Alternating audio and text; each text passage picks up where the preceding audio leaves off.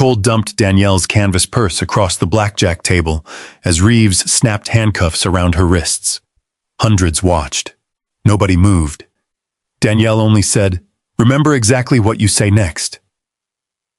Cole laughed and lifted her plain silver pendant, but missed the tiny transmitter inside. 43 minutes were already being captured, and the men humiliating her had no idea who might be listening. The handcuffs clicked shut beneath a chandelier that probably cost more than Danielle Carter had earned during her first 5 years out of college. The sound was small, almost delicate. Around it, Harbor Crown Casino kept roaring. Slot machines chimed in bright electronic bursts. Cards snapped against green felt. Somewhere near the high-limit room, a woman laughed over the soft pop of a champagne cork. Blue neon from the ceiling washed across polished marble and brass railings, while rain streaked the tall windows facing the Atlantic City boardwalk. And in the middle of all that money, 43-year-old Danielle stood with her chest against the edge of a blackjack table, and Detective Mark Reeves tightening steel around her wrists. "Don't move." "I wasn't moving." Reeves pulled one cuff once more, as though her calm answer irritated him more than resistance would have. 20 feet away, 36-year-old Renee Foster stood beside a marble column with her own hands restrained behind her. Her simple department store handbag lay open on the floor near Officer Ryan Cole's shoes. Neither woman was dressed for the attention surrounding them. Danielle wore black slacks, comfortable walking shoes, and a beige cardigan that had darkened slightly at the shoulders from the rain. Renee wore plain navy pants and a charcoal blouse.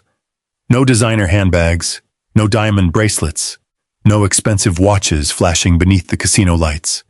They looked exactly like what Victor Hale had decided they were. Women who had wandered into a room built for richer people. "Everybody give us some space," Hale announced. He didn't need to raise his voice much. The Harbor Crown security director had the practiced tone of a man accustomed to being obeyed. The blackjack game had stopped. A dealer stood behind the table with both hands folded against her vest. 3 players had backed away, but none had left. More guests gathered behind them. Phones came out. Nobody asked what Danielle and Renee had done. Nobody asked why they were already in handcuffs. Cole picked up Danielle's canvas purse from the carpet. "Let's see what else we've got." Danielle turned her head slightly. "I haven't given you permission to search that." Cole smiled. Little late for permission. Reeves put one hand between Danielle's shoulder blades. "Face forward." She did. Not because his hand frightened her, because she wanted to remember exactly where it had been. Cole carried the purse to the blackjack table and turned it upside down.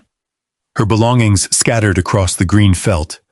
A motel key sleeve, reading glasses, a folded diner receipt, lip balm, a small bottle of hand lotion, a few 20s and smaller bills held together by a grocery store rubber band.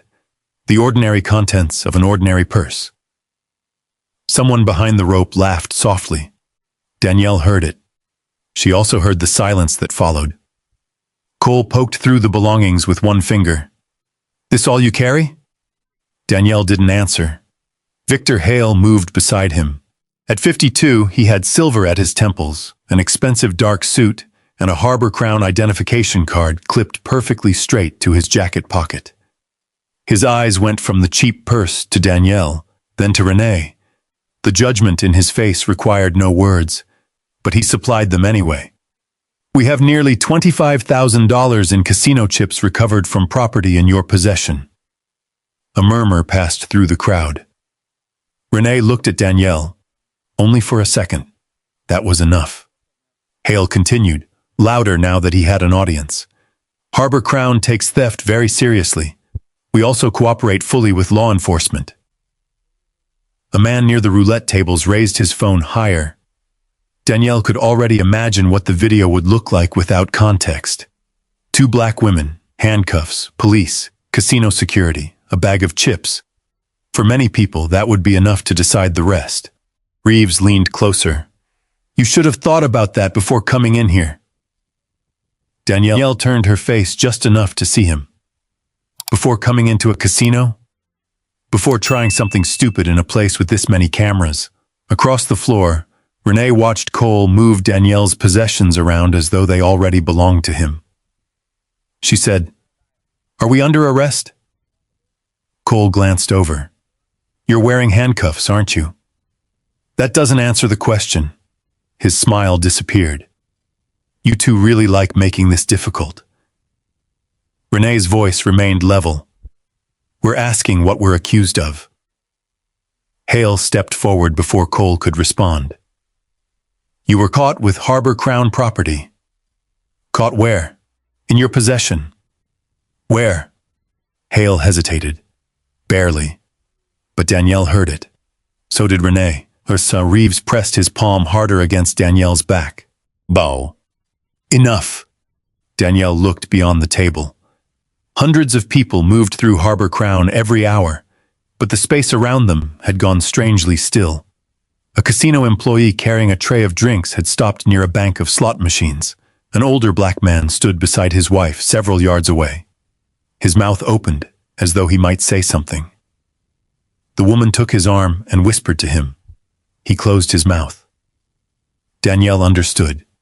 Fear did not always look like running away.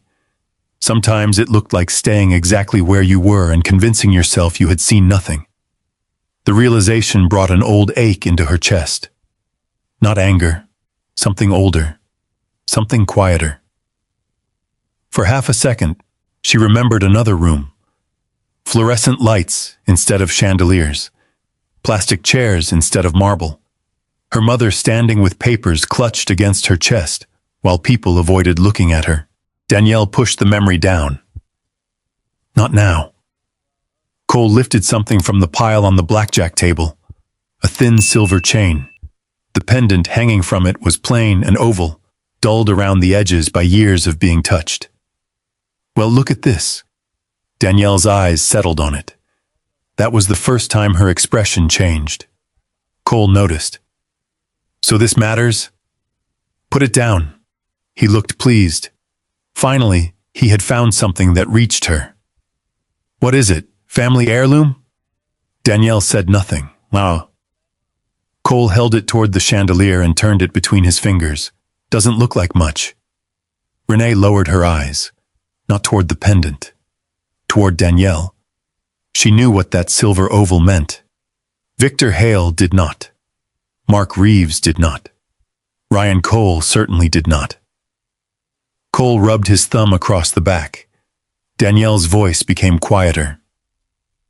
I said put it down. Reeves chuckled behind her. Now she wants to give orders. A few people laughed. Not many. That somehow made it worse. Hal looked toward the crowd, then back at Danielle. You walked into one of the most heavily monitored properties in Atlantic City, carrying stolen casino assets. You should be grateful we're handling this professionally. Danielle slowly turned her head. Professionally? Hale's jaw tightened. That's right. Then I assume everything you're doing is being documented. Reeves answered. Every second. Danielle held his gaze. Something in her expression made his confidence falter for the briefest instant. He covered it with a smirk. You think you're in a position to scare somebody? No. Good. Danielle's voice remained soft. I think you're in a position to make choices. The words seemed to confuse him. Cole laughed again.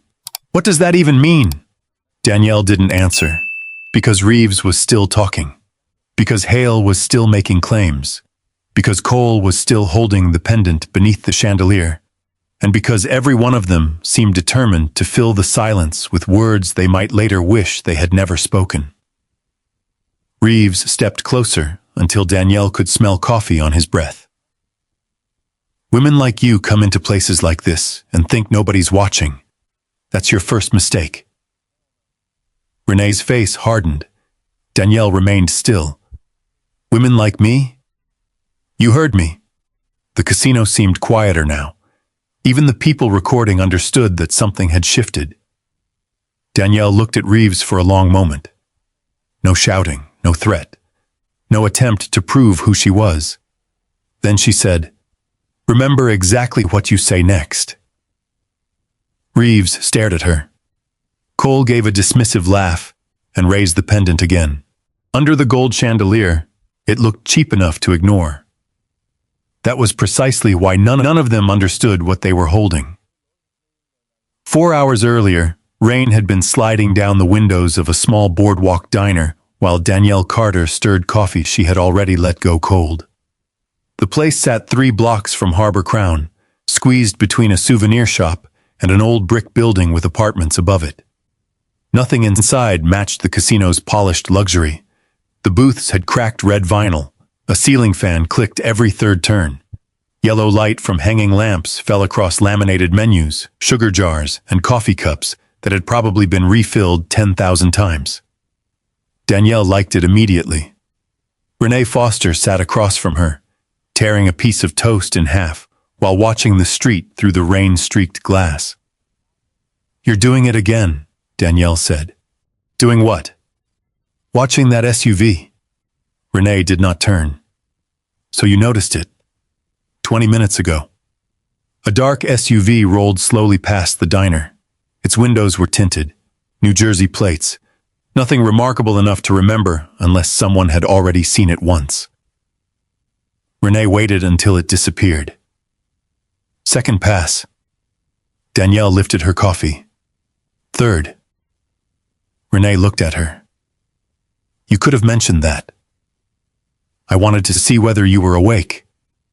I'm sitting 3 feet from coffee. That has never guaranteed anything." Renee smiled. For a few seconds, they were simply 2 women sharing breakfast on a rainy Atlantic City evening. That was how they were supposed to look. Danielle wore the beige cardigan she had bought on sale 2 years earlier. Renee had chosen a charcoal blouse and navy pants. Their overnight bags were in a modest hotel several blocks away. No government vehicles waited outside. No visible badges rested at their belts. Tonight, they were Danielle Brooks and Renee Jackson, 2 working women from Newark who had found a discounted room and decided to spend an evening at the casino. Tomorrow was supposed to be different. Renee glanced toward the window again. "Think it's connected? Maybe. To us? Not enough information. You always say that when you already have an opinion."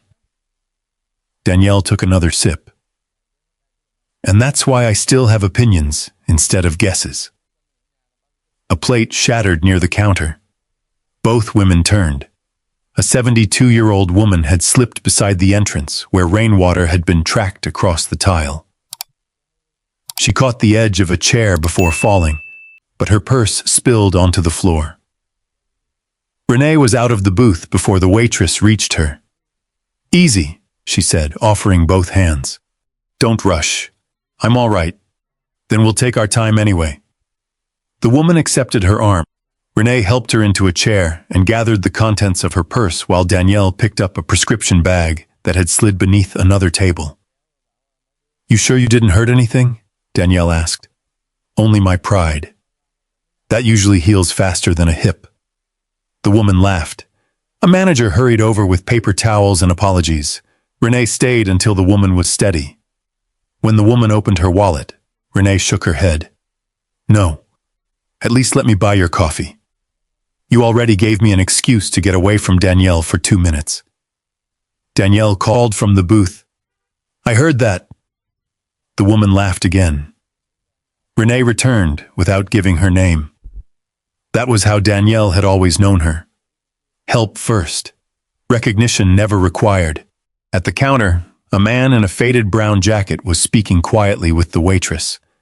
"I can take the coffee off," the waitress said. "No, ma'am. You don't have to do that." Danielle recognized him before Renee did. Thomas Miller, 64, owner of Miller's Kitchen, a small restaurant on the west side of Atlantic City. He looked older than the photograph in the federal file. Not weak, tired. There was a difference. His restaurant had been struggling for more than a year. Danielle knew why. Thomas reached into his wallet and counted several bills, then stopped. Danielle stood. "I'm paying his check." Thomas turned. "You don't need to do that." I know. Then why are you doing it? Danielle looked at the plate in front of him. Eggs, potatoes, toast. Nothing extravagant. Because somebody once bought my mother breakfast when she couldn't afford one. That was true. She left everything else unsaid. Thomas studied her face, searching for something familiar. Danielle wondered whether he would recognize her. He didn't. Good. Thank you, he said. You're welcome. No, I mean it. So do I. She paid without waiting for another argument. Back at the booth, Renee raised one eyebrow. He didn't recognize you. He met me once in an office 18 months ago. He talked to you for almost 3 hours. He was talking about losing $18,400. My face wasn't the important thing in the room. Renee looked toward Thomas. He kept the receipt. Danielle knew which one she meant. The Warren police property receipt Thomas had folded and unfolded until the creases had nearly split. They told him it proved nothing, Danielle said, and he kept it anyway. Sometimes paper is all people have left when nobody believes their voice. The words brought another memory. Her mother, Carol. Not the mother Danielle preferred remembering. The woman humming while frying onions, laughing too loudly at old television shows, or polishing the silver pendant she wore every Sunday. Another Carol, tired, standing beneath fluorescent lights with a cardboard box at her feet. Years earlier, during a long illness, Carol had lost her job. The lost paycheck became a late rent payment. The late payment became another. Then came the notice on the apartment door. Danielle had watched strangers reduce her mother to numbers: past due, insufficient income, failure to comply. People who had once greeted Carol warmly began speaking around her instead of to her. Danielle remembered her mother saying afterward, "The strange thing about losing money is how quickly some people think you've lost your worth with it." Danielle had never forgotten. She touched the silver pendant resting against her cardigan. Carol had been an adult when she bought it for herself from a church rummage sale. It had never been expensive. Years of wear had softened the engraving on the back. Renee noticed Danielle's fingers on it. "Your mother would hate what we've done to that thing." Danielle smiled faintly. She'd hate the casino more. She didn't gamble? She thought paying $12 for parking was gambling. Renee laughed. Outside, the dark SUV passed again. The laughter stopped. Danielle checked the diner clock. They had less than an hour before entering Harbor Crown. "Tonight we observe," she said. "Nothing more." Renee nodded. "Tomorrow, the real work begins." Their assignment was deliberately narrow. Watch Harbor Crown's cashier operation. Identify the movement of selected chips. Note who met Victor Hale. Do not approach Detective Mark Reeves. Do not interfere with casino security. The public corruption investigation had taken months to build. One careless move could ruin it. Renee slid several bills beneath her coffee cup. What if something happens tonight? Unless somebody is in immediate danger, we watch. And if they notice us, we leave. Simple. It should be. Danielle stood and buttoned her cardigan. Thomas was leaving at the same time. He paused near the door and looked back. "Ma'am?" Danielle turned. "I hope somebody does something kind for you tonight." For a moment, she could not answer. Then she smiled. "That's a good thing to wish for anybody."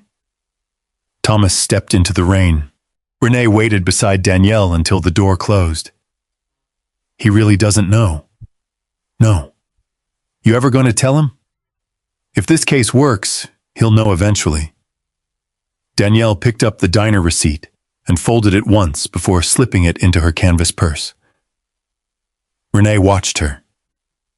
"You keep receipts from meals now?" "I keep things that establish where I've been." "You make vacations sound exhausting."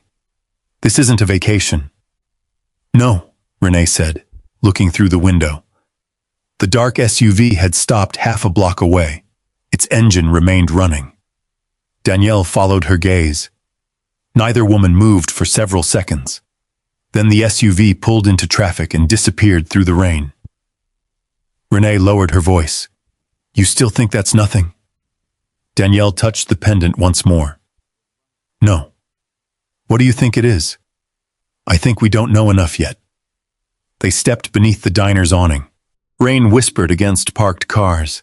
A city bus groaned away from the curb. Farther down the boardwalk, Harbor Crown rose against the dark Atlantic sky, its blue neon crown shining through the wet evening like a promise made to people with money. Danielle opened her umbrella. Tonight, we only watch, she repeated. Renee looked toward the casino. And tomorrow? Danielle's eyes remained on the blue lights. Tomorrow we find out who has been watching everyone else. Neither woman knew that before the night was over, they would be handcuffed beneath those lights, and someone had already begun watching them. Harbor Crown Casino stood 3 blocks from the diner, rising above the boardwalk in mirrored glass and blue neon. The rain had softened to a mist by the time Danielle and Renee reached the main entrance. Taxi tires hissed over wet pavement. A hotel shuttle groaned at the curb, while doormen in dark wool coats opened doors for guests carrying polished luggage. Warm air rolled over the women as they stepped inside. It smelled faintly of perfume, coffee, carpet cleaner, and money. The lobby opened toward a wide casino floor where gold chandeliers hung above marble columns and hundreds of machines pulsed in red, blue, and green. Bells rang without rhythm. Electronic voices announced jackpots. Somewhere beyond the roulette tables, a live piano played beneath the noise. Danielle paused just long enough to take it in. Not the glamour, the exits, security cameras, cashier cage, private elevators, 2 uniformed guards near the high limit room, a narrow service corridor partially hidden behind an ornamental wall. Renee saw the same things. Neither woman pointed. They had spent enough years working together to know when silence was part of the conversation. $5, Renee said. Danielle looked at her. What? That is my gambling limit until further notice. You complained about the diner coffee costing $3. The coffee wasn't exciting. You didn't drink it. That made it less exciting. They moved toward a row of low-limit machines. To anyone watching, they looked exactly as are intended. 2 black women in ordinary clothes, spending an evening someplace more expensive than their wardrobes suggested. Danielle wore the same beige cardigan from the diner. Her canvas purse hung over one shoulder. The silver pendant rested against the fabric near her collarbone. Renee carried a plain department store handbag and wore shoes designed for walking, not for impressing anyone. Around them, Harbor Crown displayed a different language.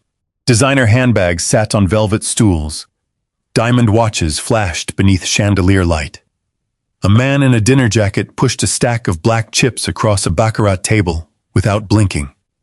A woman in a white fur-trimmed coat accepted champagne from a passing server before she had even asked for it. Renee sat at a machine and inserted a 20. Danielle chose the one beside her. Remember, Danielle said, we watch. We do not fix anything, unless somebody is in immediate danger. Correct. Renee pressed the button. The machine spun. Lost. That feels personal. Danielle almost smiled. A server approached carrying champagne flutes. Renee raised one hand. Could I get a glass of water? The server looked at her, then at the machine displaying a small remaining balance. There is a self-service station near the food court. Before Renee could answer, the woman in this white coat lifted 2 fingers. The server turned immediately. Of course, ma'am. She placed a fresh champagne flute in front of her. Renee watched. Danielle kept her eyes on the machine. You saw that? Yes. You are going to tell me not to react. I am. Renee exhaled. I'm getting very good at this. That is why they pay you. Tonight, nobody pays me. A quiet hurt sat beneath the joke. Danielle heard it, She had heard that tone before in airports, hotel lobbies, restaurants, government buildings, and conference halls. Not outrage exactly. Fatigue. The exhaustion of recognizing the same small judgment wearing a different uniform. Danielle pressed the machine button once. Lost again. "We're not here for the server," she said. "I know. That doesn't make it right." "I know that too." Renee rose. "I'll get water." As she walked toward the food court, Danielle turned her attention toward the cashier cage. A metal cart had appeared near a restricted door. Two employees in gray vests rolled several locked trays toward an interior room.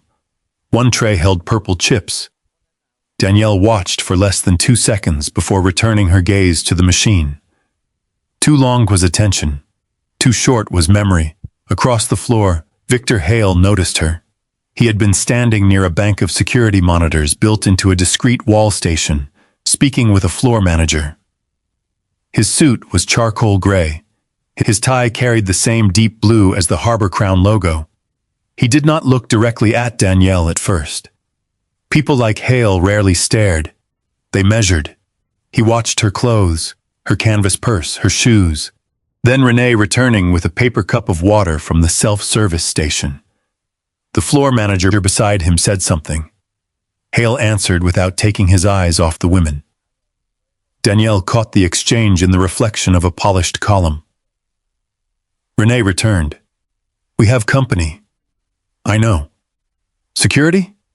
"Director level." Renee took a small sip. "How do you know?" "His badge has more gold on it." "That is disappointingly simple." Danielle pressed the button again.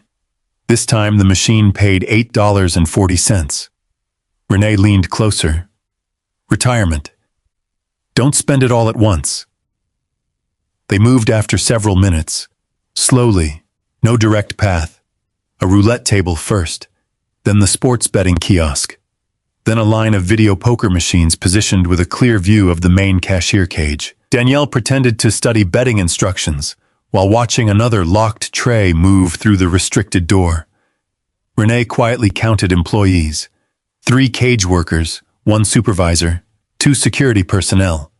Victor Hale now 30 yards away. The same floor manager passed him a radio. Renee whispered, "He hasn't stopped watching us."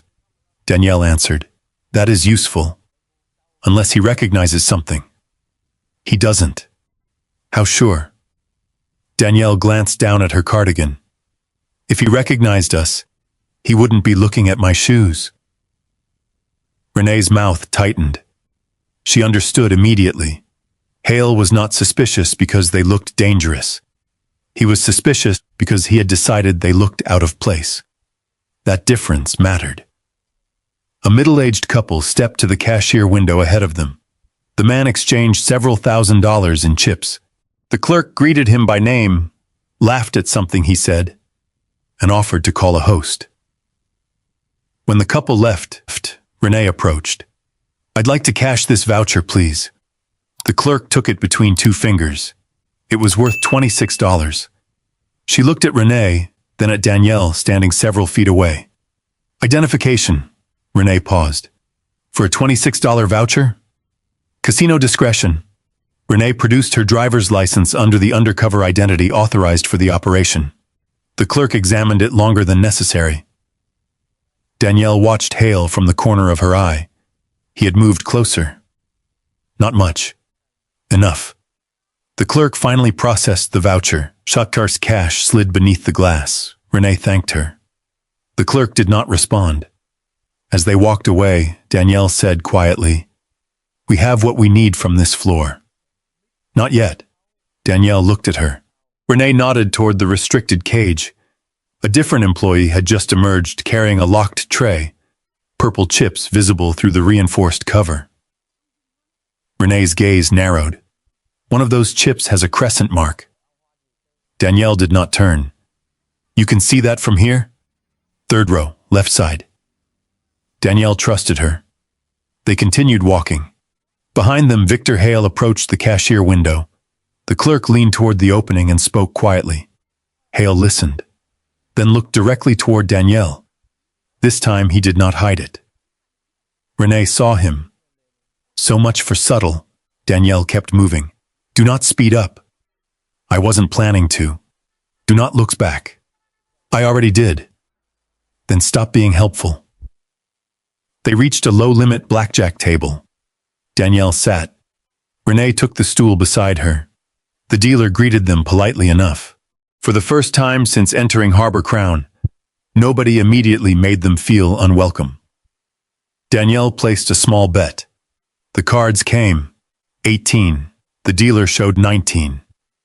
Bad luck, Renee said. Still cheaper than parking. Renee laughed softly.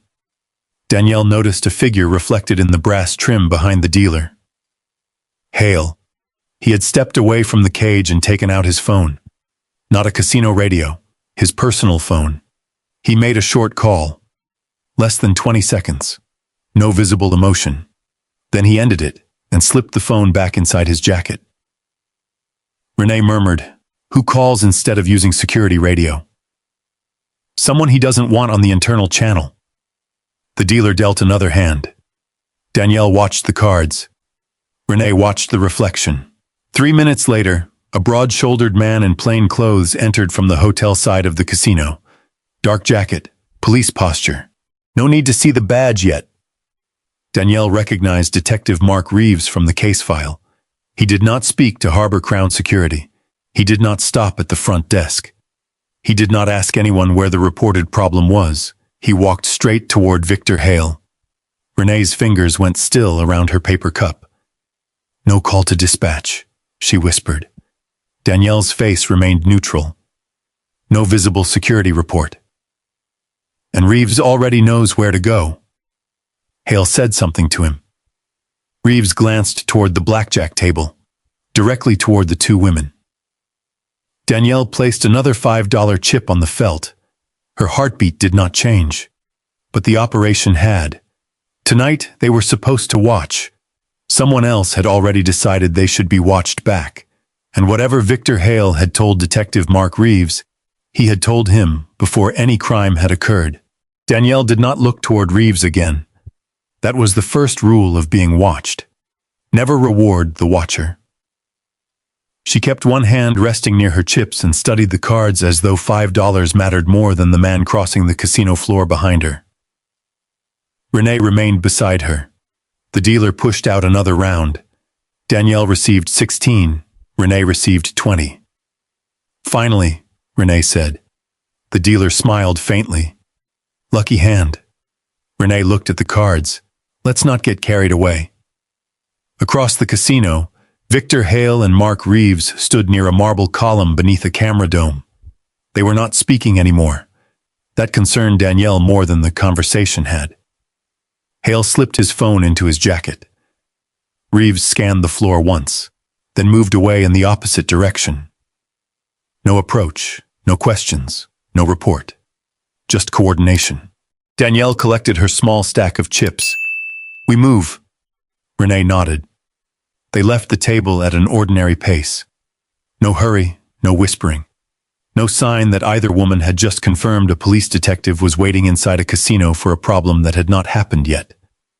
They crossed toward the cashier area. A woman in a dark evening dress stepped ahead of Renee and exchanged several black chips without being asked for identification. The clerk greeted her warmly. "Good evening, Mrs. Palmer." Renee waited. When her turn came, the warmth disappeared. "Yes? I'd like to cash these." Renee placed the chips and her remaining voucher beneath the glass. The clerk looked at the amount. Less than $100. Then she looked at Renee's clothes. "ID." Renee quietly provided it. No argument, no expression. Danielle stood several feet behind her and watched the activity through the cage rather than the clerk. The restricted tray from earlier had returned. Purple $500 chips rested inside molded slots. Even from outside the secured counter, the crescent-shaped scratch Renee had noticed was visible on one chip near the front. Renee saw it again. So did Danielle now. Tiny mark, barely anything, the sort of flaw most people would ignore. But casino chips were tracked carefully, especially high-value ones.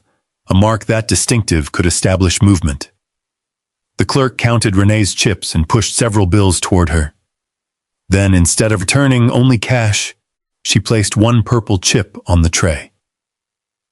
Renee looked down. $500. She did not touch it. I didn't give you that. The clerk glanced at the chip. Yes, you did. No. You presented it with the others. Danielle's attention sharpened. The scratched crescent was there. Same chip, same position of the mark. Renee kept her tone light. I've been playing low-limit blackjack.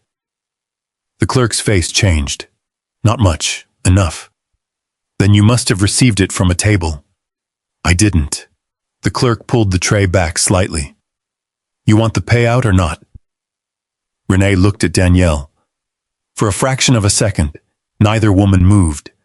The chip had traveled from a locked, restricted cage into Renee's transaction without her putting it there. That was not random. Danielle said, Take the payout. Renee slid the purple chip into the small cup with the rest. The clerk gave her a look that was difficult to read. Annoyance, maybe relief, maybe something else. As the women turned away, Renee said under her breath, That chip wasn't supposed to reach this floor. I know. You saw the mark? Yes. It was still in the locked tray 10 minutes ago. Danielle adjusted the strap of her canvas purse. Then remember who handled it. Clerk, supervisor, security runner. And cameras. Renee glanced upward, assuming the cameras are honest. Danielle looked ahead. Cameras don't lie by themselves. They walked toward a slot bank near the center aisle. The casino seemed brighter now. Too bright. Every reflective surface felt useful to someone. Renee stopped at a machine and pretended to check the rules. Danielle remained beside her. We should leave. Renee did not disagree. Their mission had been observation only. They had already seen enough to justify further review. Reeves's early arrival, Hale's private phone call, the restricted chip, the clerk's false claim. Any one of those details deserved attention. Together, they formed a pattern. Danielle reached into her purse for the folded diner receipt. Not because she needed it, because the movement gave her an excuse to check the placement of everything inside. Wallet, lip balm, reading glasses, cash, motel sleeve, nothing else. She closed the purse. A casino employee carrying a stack of promotional cards came from the right. He moved too close, close enough that his shoulder brushed Danielle's arm. Sorry, ma'am. Danielle stepped aside. No problem. The man continued without looking back. Renee watched him disappear into the crowd. That wasn't accidental. I know. What did he do? Not enough information. You're going to make me hate that sentence. Danielle kept walking. They passed a cluster of slot machines where a group of adults cheered over a small win. The noise gave them cover. Renee said, Bag? Danielle's fingers touched the purse strap. Still closed. Check it. Not here. Renee understood. If someone was watching, checking immediately would confirm suspicion. They continued toward the hotel side. A mirrored wall gave Danielle a clear view behind them. Victor Hale was no longer near the cashier cage. He was following at a distance. Reeves had vanished from sight. Danielle slowed beside a promotional display for a dinner buffet. Renee stopped with her.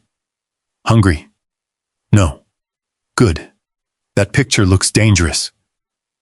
Danielle angled her body away from the casino floor and opened the purse just enough to look inside. Something had changed. A corner of black fabric protruded beneath her wallet. She had not put it there. Her hand stopped. Renee saw her face. What? Danielle closed the purse. Something is inside. Renee did not react. How large? Small pouch. The employee? Possibly. You want to remove it? Danielle looked toward the nearest camera. No. Renee turned toward her. No? If we remove it now, whoever placed it learns we saw him. And if security stops us? Then we find out what story they prepared. Renee's eyes narrowed. That is not the same as observing. No. This could end the night. It may have already ended. A server passed. Renee took a breath.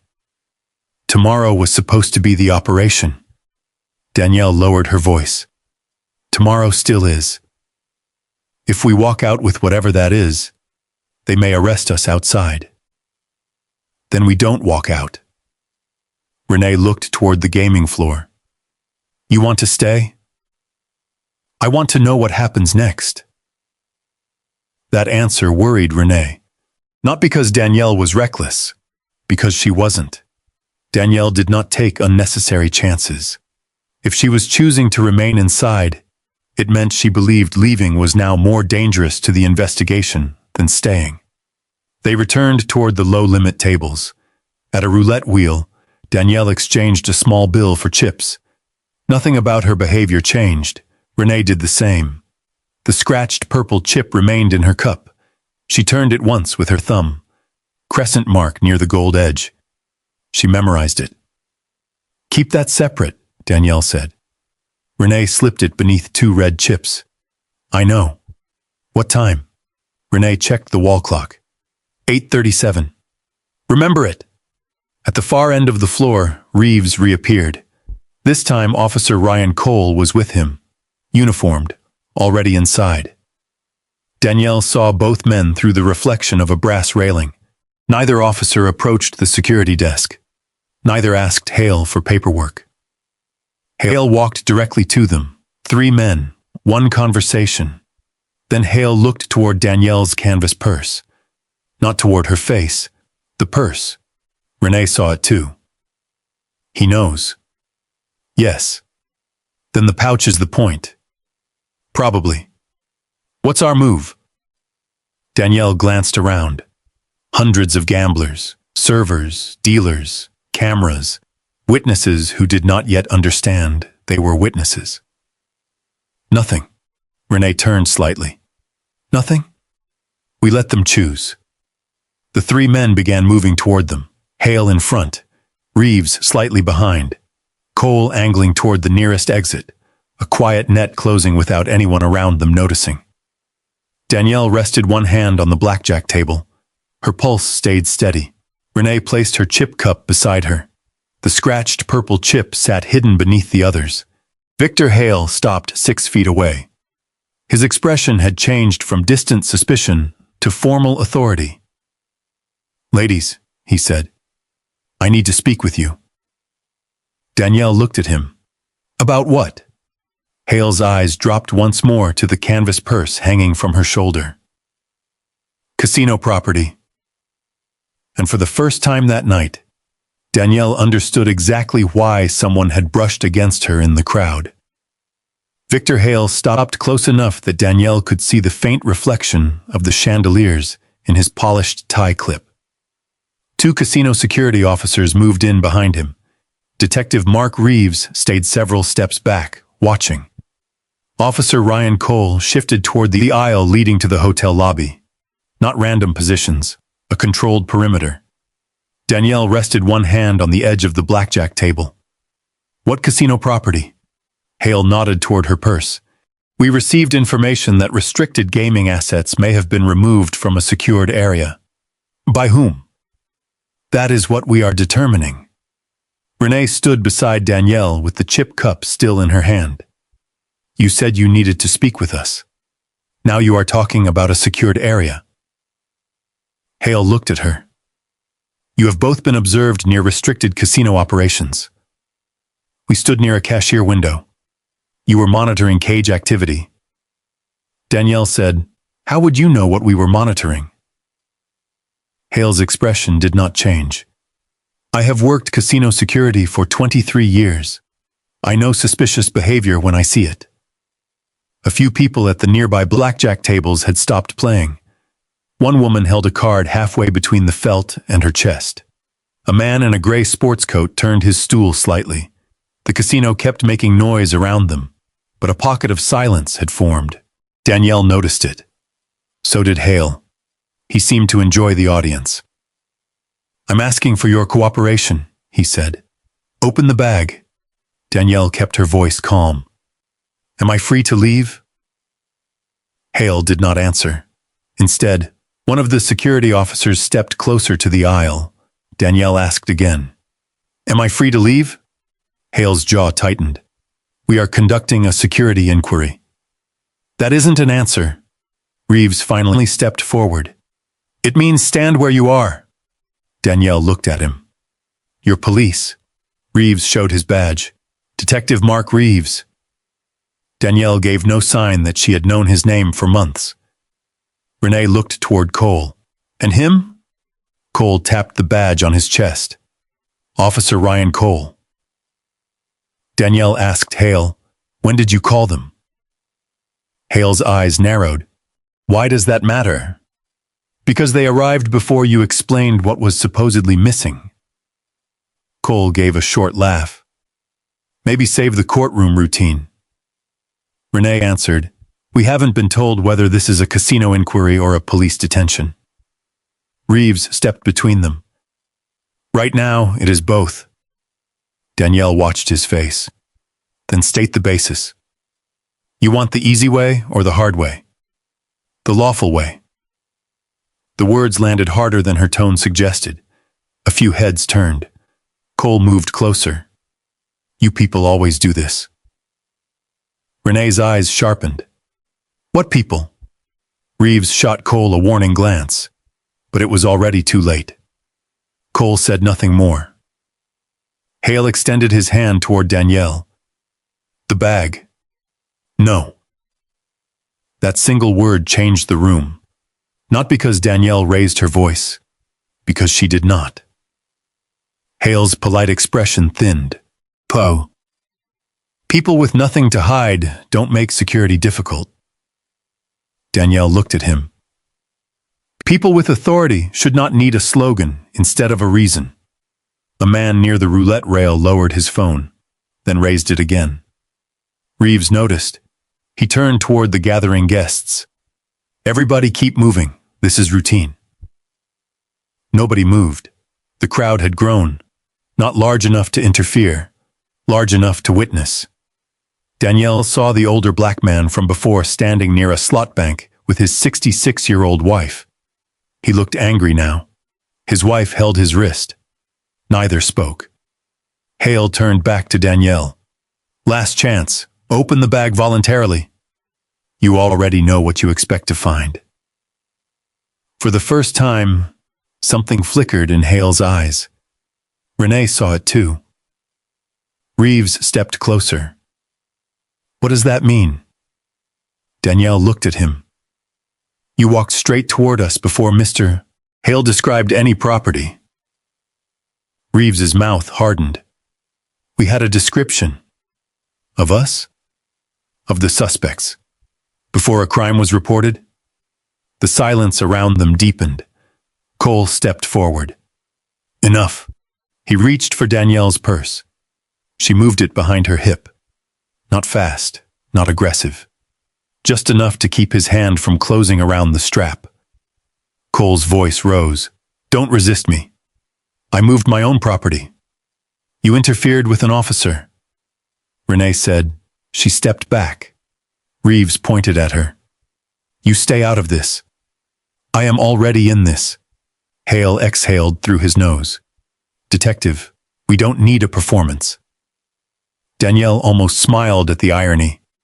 Reeves did not. He held out his hand. So, bag. Danielle said, do you have a warrant? This isn't a residence. That does not answer the question. We have probable cause. Based on what? Security observation. What observation? Hale answered. You were seen handling restricted gaming property. Renee lifted her chip cup slightly. This? Hale's eyes moved to the chips. For half a second, he focused on the purple one. The scratched purple chip. Danielle saw the recognition. So did Renee. Hale recovered quickly. Possibly, Renee said, then identify which chip. Hale did not answer. Reeves stepped in front of him. Enough questions. Danielle looked past Reeves toward the nearest camera. If the casino believes it observed a theft, preserve the footage. Hale's tone became colder. Sir, the footage is already preserved. Good. Why? Because somebody may need it later. That quiet answer unsettled him more than a threat would have. Cole reached for the purse again. This time Reeves said, "Take it." Danielle did not fight him. Cole pulled the strap from her shoulder. The silver pendant moved slightly against her cardigan as the purse came free. Danielle's eyes dropped to it for 1 second, then back to Reeves. Cole carried the purse to the blackjack table. "Let's see what we've got." Renee watched him. Danielle watched Hale. That was more useful. Hale did not look curious. He looked ready. Cole opened the purse. He moved past the wallet, the motel sleeve, the reading glasses, the folded diner receipt, the cash. Then his hand stopped. A black fabric pouch sat beneath the wallet, exactly where Danielle had seen it minutes earlier. Cole looked at Reeves, then at Hale. Nobody asked what it was. Nobody seemed surprised that it existed. Danielle said quietly, "Interesting." Cole pulled the pouch out. It was sealed with a gold Harbor Crown security strip. The casino logo was printed across the front. A murmur moved through the crowd. Hale stepped closer. "There." Reeves looked at Danielle. "You want to explain that?" "I have never seen it before." Cole laughed. "Of course not." Renee said, "Do not open it yet." Cole looked at her. "You giving me instructions now?" "I am asking you to establish what you believe it contains before you open it." Hale's expression tightened. "Casino chips." Danielle looked at him immediately. "How many?" Hale did not answer. Cole turned the pouch in his hand. Reeves stepped closer to Danielle. "Maybe now you understand why cooperation would have been smart." Danielle kept her attention on Hale. "You said casino chips." "Yes." "How do you know?" "Because that pouch is used for high-value chip transfers. That tells you what it is designed to hold." Hale's jaw tightened. Danielle continued, "It does not tell you what is inside now." Reeves said, "You're reaching." "No, I'm listening." Cole tore the security strip. The sound was small, sharper than it should have been.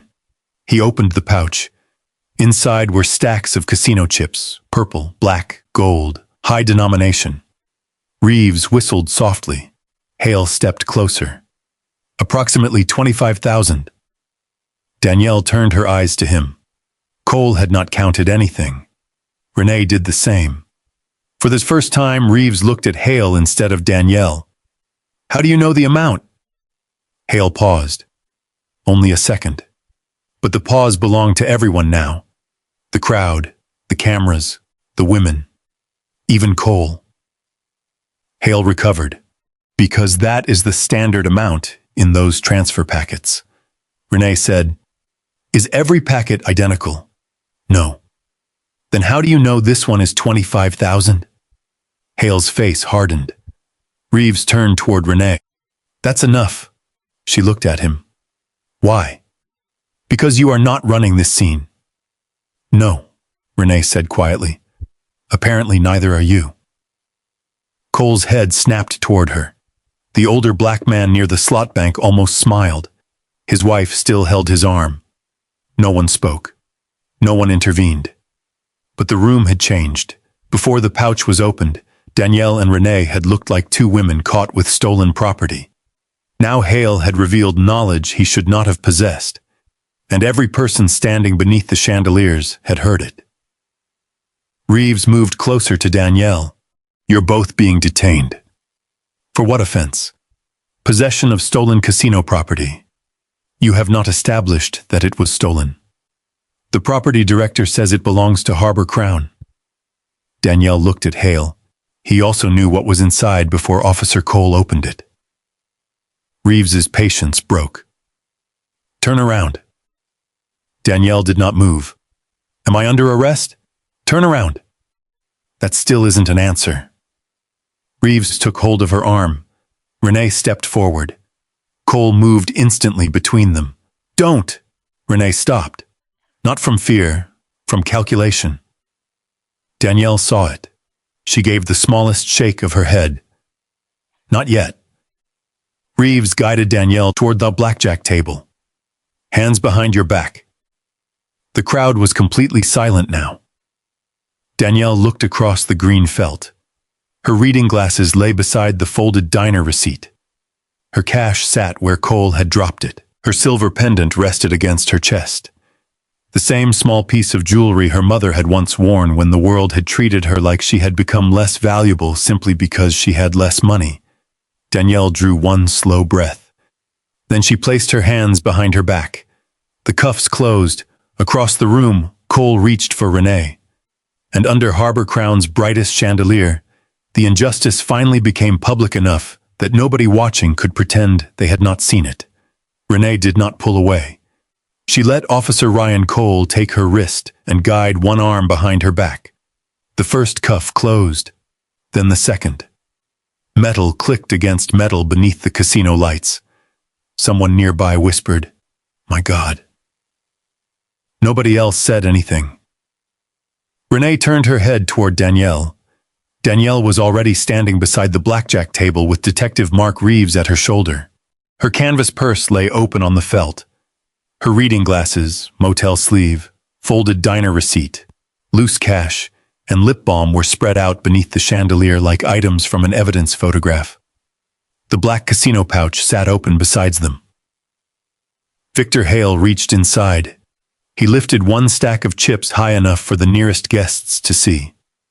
"Restricted property," he announced. His voice carried beyond the table. "Nearly $25,000. More phones rose. Renee watched people record. A man near the roulette rail stepped backward but kept his camera aimed at her face. A woman in a sequined jacket whispered to her companion. Two casino employees stood near a service station, pretending to arrange glasses while watching every second. The older black man Danielle had noticed earlier moved forward. "This doesn't look right," he said. His voice was not loud. It did not need to be. Cole looked toward him. The man's 66-year-old wife immediately took his arm. "Please," she whispered. He looked down at her hand, then at Renee. For a moment, shame passed across his face. He stepped back. Renee understood why. So did Danielle. The silence around them was not agreement. Some of it was fear. Some of it was uncertainty. Some of it was the old instinct to survive by staying outside someone else's trouble. That knowledge did not make the silence hurt less. Hale placed the chips back on the table. "This is what casino theft looks like when people think they are smarter than the security system." Danielle lifted her eyes. "You still haven't established that we took anything." Hale gave a humorless smile. "It was inside your bag. That establishes where Officer Cole found it." "Same thing." "No." Reeves leaned close. "Enough." Danielle looked at him. "Do you want my questions to stop?" "Yes." "Then answer one." Reeves stared at her. Danielle nodded toward the pouch. How did Mr. Hale know what was inside before Officer Cole opened it? A few phones shifted. People were paying closer attention now. Hale answered quickly. "I already explained that those pouches are used for high-value transfers." Danielle said, "You also named an approximate value before a single chip was counted." "Based on experience." "Then count them." Cole laughed. "What?" "Count the chips." Hale's eyes narrowed. Danielle continued, "If the amount matters enough to announce publicly, count them." Reeves stepped between Danielle and the table. "This isn't a courtroom." "No." Her voice stayed soft. "In a courtroom, you'd have to explain the answer." The older black man lowered his gaze. His wife still held his wrist. Reeves's face tightened. He turned toward the crowd. Everybody move along. A casino supervisor approached the nearby guests. Please continue gaming. Nobody moved very far. The slot machines kept chiming. A roulette wheel spun somewhere behind them. But the people closest to the blackjack table were no longer gambling. They were watching authority try to make its story fit the evidence. Hale reached toward Danielle's loose cash. What is this? My money. How much? Count it if you're taking it. Hale looked at Reeves. Reeves said, Bag it. Danielle's expression changed. Barely. On what basis? Possible proceeds. From what? The theft. The theft you haven't established. Reeves ignored the question. Cole began collecting Danielle's cash from the felt. Renee spoke. You're classifying personal cash as criminal proceeds without documenting where it came from? Cole turned toward her. Maybe you should worry about yourself. I am. Doesn't sound like it. It sounds exactly like it. His jaw tightened. Hale pulled the silver pendant gently away from Danielle's cardigan. Not enough to break the chain, enough to inspect it. Danielle's breath caught. It was small, so small most people would have missed it. Renee did not. The pendant had belonged to Carol, before assignments, before badges, before Harbor Crown, before the world had taught Danielle how easily people could confuse poverty with failure. Hale turned the pendant between his fingers. This worth anything? Danielle said, to me. That's not what I asked. It was the answer. He let it fall back against her cardigan. The little silver oval struck softly against one of her buttons. The sound took Danielle somewhere else. Fluorescent lights, a narrow office, her mother standing with an eviction notice folded in both hands. Carol had been ill long enough to lose her job and then her apartment. A clerk had spoken to her without looking up. Next. Danielle remembered sitting beside her mother afterward on a hard plastic bench. Carol had touched that same pendant and said, Don't let anybody teach you that having less means being less. Years later, standing handcuffed beneath Harbor Crown's chandelier, Danielle felt the same wound open. Not because Hale knew about Carol, because he didn't. He did not know the pendant had survived hospital rooms, job loss, eviction, and grief. He saw cheap metal. That was all. Danielle slowly lifted her chin. Hale mistook the movement for defiance. You have something to say? Yes. Go ahead. Put my mother's necklace back where you found it. The casino floor went quieter. Hale looked at the pendant. For the first time, his expression shifted.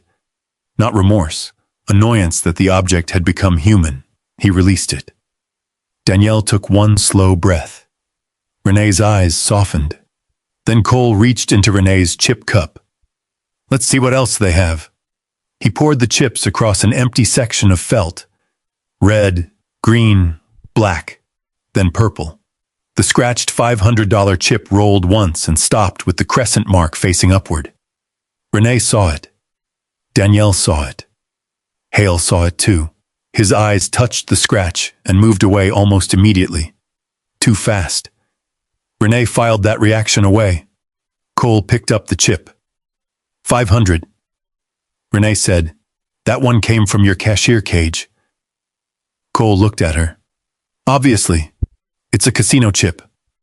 I mean your restricted cage. Hale's expression hardened. You received it legitimately at a table. No. Then at the cashier window. Renee looked directly at him. That's interesting. What is? You finally picked a version. Reeves moved toward her. You need to stop talking. Renee held his gaze. Why? Because every time you speak, you make this worse. For whom? Reeves did not answer. Danielle watched the crowd. Some people were uncomfortable now. A woman near the aisle lowered her phone and shook her head. A dealer looked down at the felt. A cocktail server pressed her lips together. Nobody intervened. But silence had changed shape. Earlier it had protected Hale. Now it was beginning to record him. Hale picked up the scratched chip. "This proves nothing," Renee said. "Then why did you look at the mark before Officer Cole did?" Hale froze. Only a fraction of a second. Danielle saw it. So did Reeves. He looked at Hale. For the first time that night, doubt crossed the detective's face. Hale recovered quickly. "I inspect gaming assets for a living." "Then you recognize it?" "I recognize hundreds of chips." "This exact one?" Hale's voice sharpened. "Enough!" Danielle looked from Hale to Reeves. "There." Reeves turned toward her. "There what?" "The first answer you two didn't prepare together." Hale's jaw tightened. Reeves stepped closer to Danielle. "You think you're clever? No. You've been running your mouth since this started." "I've been asking questions." "Same difference." "It isn't." Reeves leaned close enough that only the people nearest them could hear. "Women like you come into places like this and think nobody's watching." Renee's face hardened. Danielle did not move. "Women like me?" Reeves gave a small, contemptuous smile. "Oh, you heard me." Around them, slot machines continued celebrating strangers. Blue light rolled across the marble. Rain pressed against the distant windows. Danielle looked at Reeves for several quiet seconds. Then she said, "Remember exactly what you say next." He laughed once, but Hale didn't. Neither did Renee, because beneath Danielle's cardigan, the plain silver pendant rested against her chest, and while everyone in Harbor Crown thought they were witnessing two powerless women being exposed, the smallest object in the room had already begun remembering every word.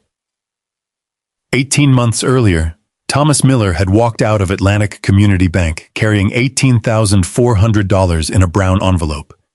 He had counted it twice at the teller window. Not because he distrusted the bank, because every dollar already had a destination. $7,000 for a replacement commercial range, $3,800 for a ventilation repair, $2,600 for plumbing, the rest for electrical work, permits, and the first payment to a contractor who had agreed to begin the following Monday. At 64, Thomas had owned Miller's Kitchen for 27 years. The restaurant sat on a tired block west of the boardwalk, where storefront signs faded faster than anyone could afford to replace them. The front windows steamed every morning from grits, eggs, coffee, and the old stockpot Thomas started before sunrise. He knew which regular took no sugar, which nurse worked nights at the hospital, which retired dock worker needed his eggs soft because of bad teeth. Some mornings Thomas fed people who could not pay. He never wrote those meals down. "Food tastes worse when somebody thinks they owe you," he liked to say. The kitchen had been failing slowly. One burner at a time, one pipe at a time. Thomas had saved for nearly 3 years. So when he left the bank that afternoon, the envelope did not feel like cash. It felt like another decade for Miller's Kitchen. Rain had started before he reached his truck. Not heavy, just enough to darken the pavement and make headlights smear across the windshield. Thomas placed the envelope inside the locked center console and drove toward his restaurant. He made it 6 blocks. Blue lights appeared behind him. Thomas pulled over immediately. Detective Mark Reeves approached the driver's window. Thomas had never met him before. "License and registration." Thomas handed them over. "Problem, officer?" "Detective. My apologies." Reeves looked inside the truck. "Where are you coming from?" "Atlantic Community Bank." "What were you doing there?" Thomas hesitated. It was a strange question for a traffic stop. "Banking." Reeves smiled without warmth. "What kind?" Thomas looked toward the rearview mirror. A second police vehicle had stopped behind Reeves's car. "Did I do something wrong?" "I asked you a question." Thomas kept his hands visible. "I withdrew money for my restaurant." "How much?" Thomas felt something tighten in his stomach. "Why?" Reeves stepped closer to the window. "How much?" 18,400. Reeves nodded as though Thomas had confirmed something. Step out of the truck. Thomas obeyed. Within minutes, the brown envelope was sitting on the hood of Reeves's vehicle. Another officer opened it. Reeves counted the money. Thomas stood in the rain beside the curb. That belongs to me. We're aware of that claim. Claim? Reeves placed the bills inside a clear evidence bag. The money may be connected to illegal chip transactions involving Harbor Crown. Thomas stared at him. I haven't been inside Harbor Crown in years. Casino records suggest otherwise. Then show me. You'll receive the appropriate paperwork. Thomas reached toward his jacket pocket. I have the bank receipt. Reeves's hand moved toward his belt. Keep your hands where I can see them. Thomas froze. Slowly, he raised both palms. The receipt is in my inside pocket. Reeves removed it himself. The paper showed the withdrawal. Date, time, amount, account number. Thomas thought that would end everything. Instead, Reeves folded the receipt and put it inside the evidence packet. There, Thomas said. Now you know where the money came from. Reeves looked at him. No. Now we know where you say it came from. That sentence stayed with Thomas longer than the missing money. His proof had become another thing they controlled. 3 days later, his contractor canceled because Thomas could not make the deposit. The new range stayed in the warehouse. A leaking pipe worsened. One section of Miller's kitchen closed for 9 days. Thomas borrowed from a cousin, then from a small business credit line. Customers noticed the shorter hours. Some assumed the restaurant was failing because Thomas had managed it badly. Others heard rumors about the police seizure. Rumors moved faster than receipts. At the police station, Thomas asked repeatedly for his money. He brought the bank statement, contractor estimates, permit applications, restaurant tax records. Every visit ended with another form. Every form ended with another delay. Victor Hale eventually sent a short casino letter stating that Harbor Crown Security had identified transactional indicators consistent with unauthorized chip conversion. No footage was attached. No dates, no chip numbers. Just words that sounded official enough to close doors. Thomas filed a complaint. It went nowhere.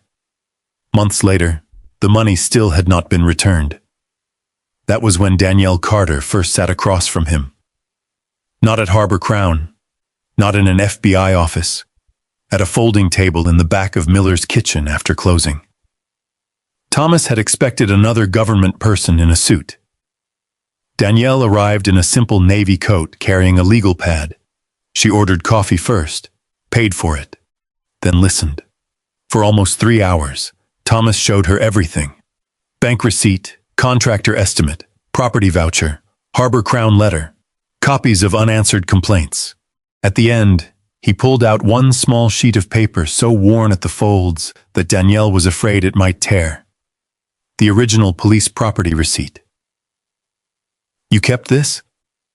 They told me it didn't prove the money was mine. Why keep it? Thomas ran one thumb across the faded ink. Because their name is on it.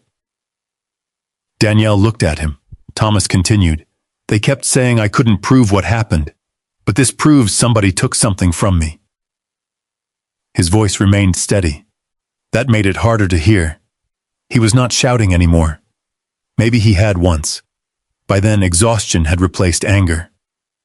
Danielle asked, "Why didn't you stop filing complaints?" Thomas gave a tired smile. "I almost did." "What stopped you?"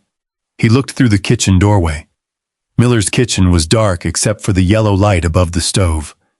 My mother worked in this place before I owned it. My wife helped me buy it. People on this block gave me business when I had 6 tables and 1 broken freezer. He folded the receipt carefully. If I tell myself $18,000 isn't worth fighting over, then I'm helping them decide what they can take from the next person. Danielle did not speak. Thomas looked at her. They weren't afraid I could prove it. He tapped the receipt. They were counting on me getting tired. Danielle carried that sentence back to Newark.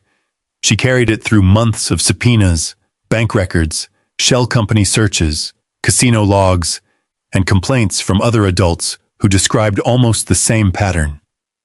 And now, 18 months later, Mark Reeves stood under Harbor Crown's gold chandeliers reaching for Danielle's own cash. "Bag it," Reeves told Cole. The present returned all at once. Danielle stood in handcuffs. Her mother's pendant rested against her chest. Her folded diner receipt remained on the blackjack table. Cole gathered her money. Victor Hale watched.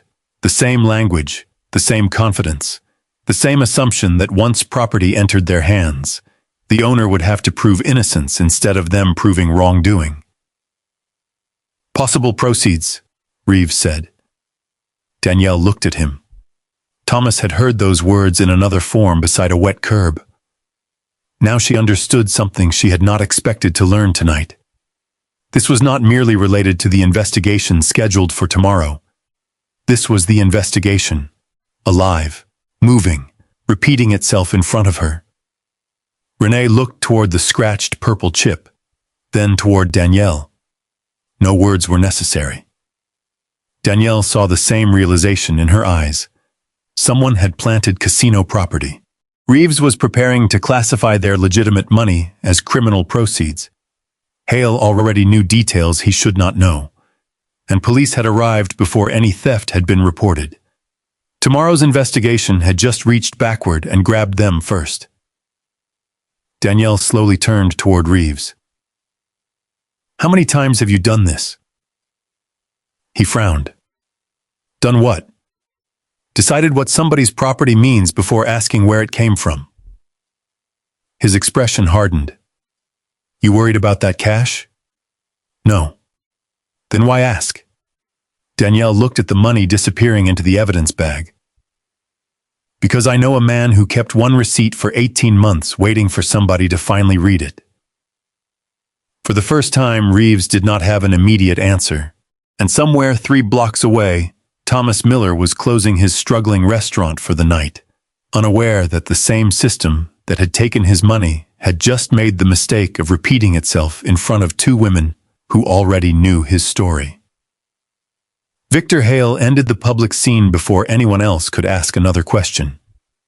"Take them upstairs." His voice was low now. No announcement, no performance for the casino floor, just an order. 2 security officers cleared a path toward a service corridor behind the blackjack pit. Danielle and Renee walked with their hands still cuffed behind them, Reeves beside Danielle and Cole close to Renee. The crowd parted. Some guests kept filming. Others suddenly became interested in their drinks, their cards, the glowing screens in front of them. Danielle noticed the older black man again. He stood beside his wife, watching her disappear through the service door. This time he did not look away. The door closed behind Danielle with a heavy magnetic click. The casino noise vanished almost completely. The corridor smelled of industrial cleaner and warm electrical equipment. Fluorescent lights ran in a straight line overhead. No chandeliers, no music, no cheering machines. This was the part of Harbor Crown guests were never meant to see. Hale walked ahead. Surveillance. They passed 2 employee elevators and a locked records room before reaching a steel door marked Authorized Personnel Only. Hale pressed his badge to the reader. Green light. The door opened. Inside, an entire wall of monitors displayed Harbor Crown from hundreds of angles. Blackjack tables, elevators, cashier windows, hotel entrances, loading docks, parking garages. The casino floor looked strangely small from up there. People became dots. Movements became patterns. Danielle understood immediately why men like Hale loved rooms like this. From behind glass, everyone looked manageable. A woman sat at the main console, 31 years old, dark hair pulled into a practical knot. Gray Harbor Crown blazer, nameplate, Laura Bennett. She looked up when the group entered. Her eyes moved first to Hale, then Reeves, then the handcuffs, then Danielle and Renee. Something in her face changed. Not surprise, recognition of a familiar process. Hale pointed toward 2 chairs. Sit them there. Danielle remained standing. My hands are cuffed behind me. Reeves said, Then stand. Renee stayed beside her. Laura lowered her eyes toward the keyboard. Hale stepped behind her. Pull incident 842. Laura began typing. What incident? The cage theft. She stopped. There isn't a cage theft file. Hale's tone sharpened. There is now. Reeves crossed his arms. Danielle watched Laura's hands. They had gone still. Hale leaned closer. Open a security incident. Suspected gaming asset theft. 2 female subjects. Laura resumed typing. What time should I use? 8:42. Danielle and Renee exchanged one look. Renee had checked the wall clock when they saw the scratched chip. 8:37, Hale continued. That's when surveillance flagged suspicious behavior near the cashier cage. Laura clicked through several screens. Then she stopped again. Her eyebrows drew together. Hale. What? There is already an incident, Shell. The room became very quiet. Hale moved beside her. What number? Laura read from the monitor. HC 8821. When was it opened? Her finger hovered over the screen. 8:17. Danielle felt the change immediately. Reeves shifted his weight. Cole looked at Hale. Renee said nothing. Laura continued reading. Created under Security Director authorization. Hale's face hardened. That's the preliminary file. For what? For tonight's suspected activity. Laura looked confused. The women entered the building at 8:31. No one spoke. The fluorescent lights hummed overhead. Danielle looked at the clock in the corner of the surveillance screen. 8:58 p.m. Laura read the timeline again as if the numbers might rearrange themselves. Incident created 8:17. Main entrance camera logs them at 8:31. Surveillance flag listed at 8:42. Renee finally spoke. So the crime report existed 14 minutes before we walked through the door. Reeves turned toward her. Don't start. I didn't create the timestamp. Hale stepped closer to Laura. The system clock drifted. Laura looked at him. By 14 minutes? Yes. The entrance logs use the same server. Hale's voice dropped. Correct the incident time. Laura did not move. To what? 8:42. That changes the creation record. Then change it. Reeves said, We don't need a technical debate. Danielle looked at him. No, you need a timeline. Cole stepped toward her. Quiet. Danielle ignored him. If the file existed at 8:17, someone had already decided there would be suspects before we entered. Hale turned. You were being monitored outside the casino. That answer came too quickly. Renee's eyes narrowed. By whom? Hale realized what he had said. Reeves cut in. Security received information. What information? Renee asked. Restricted. From whom? Restricted. Danielle said. Then the report should identify the source as confidential. Reeves looked at her. You really cannot help yourself.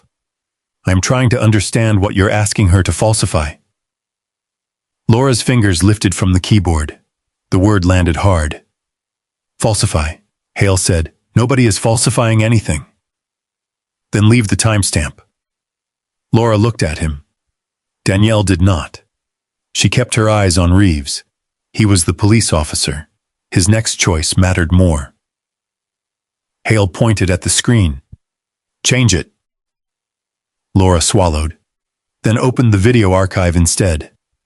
If 8:42 is when we flagged them, I need the footage. Hale's jaw tightened. Fine. Laura pulled up the casino floor.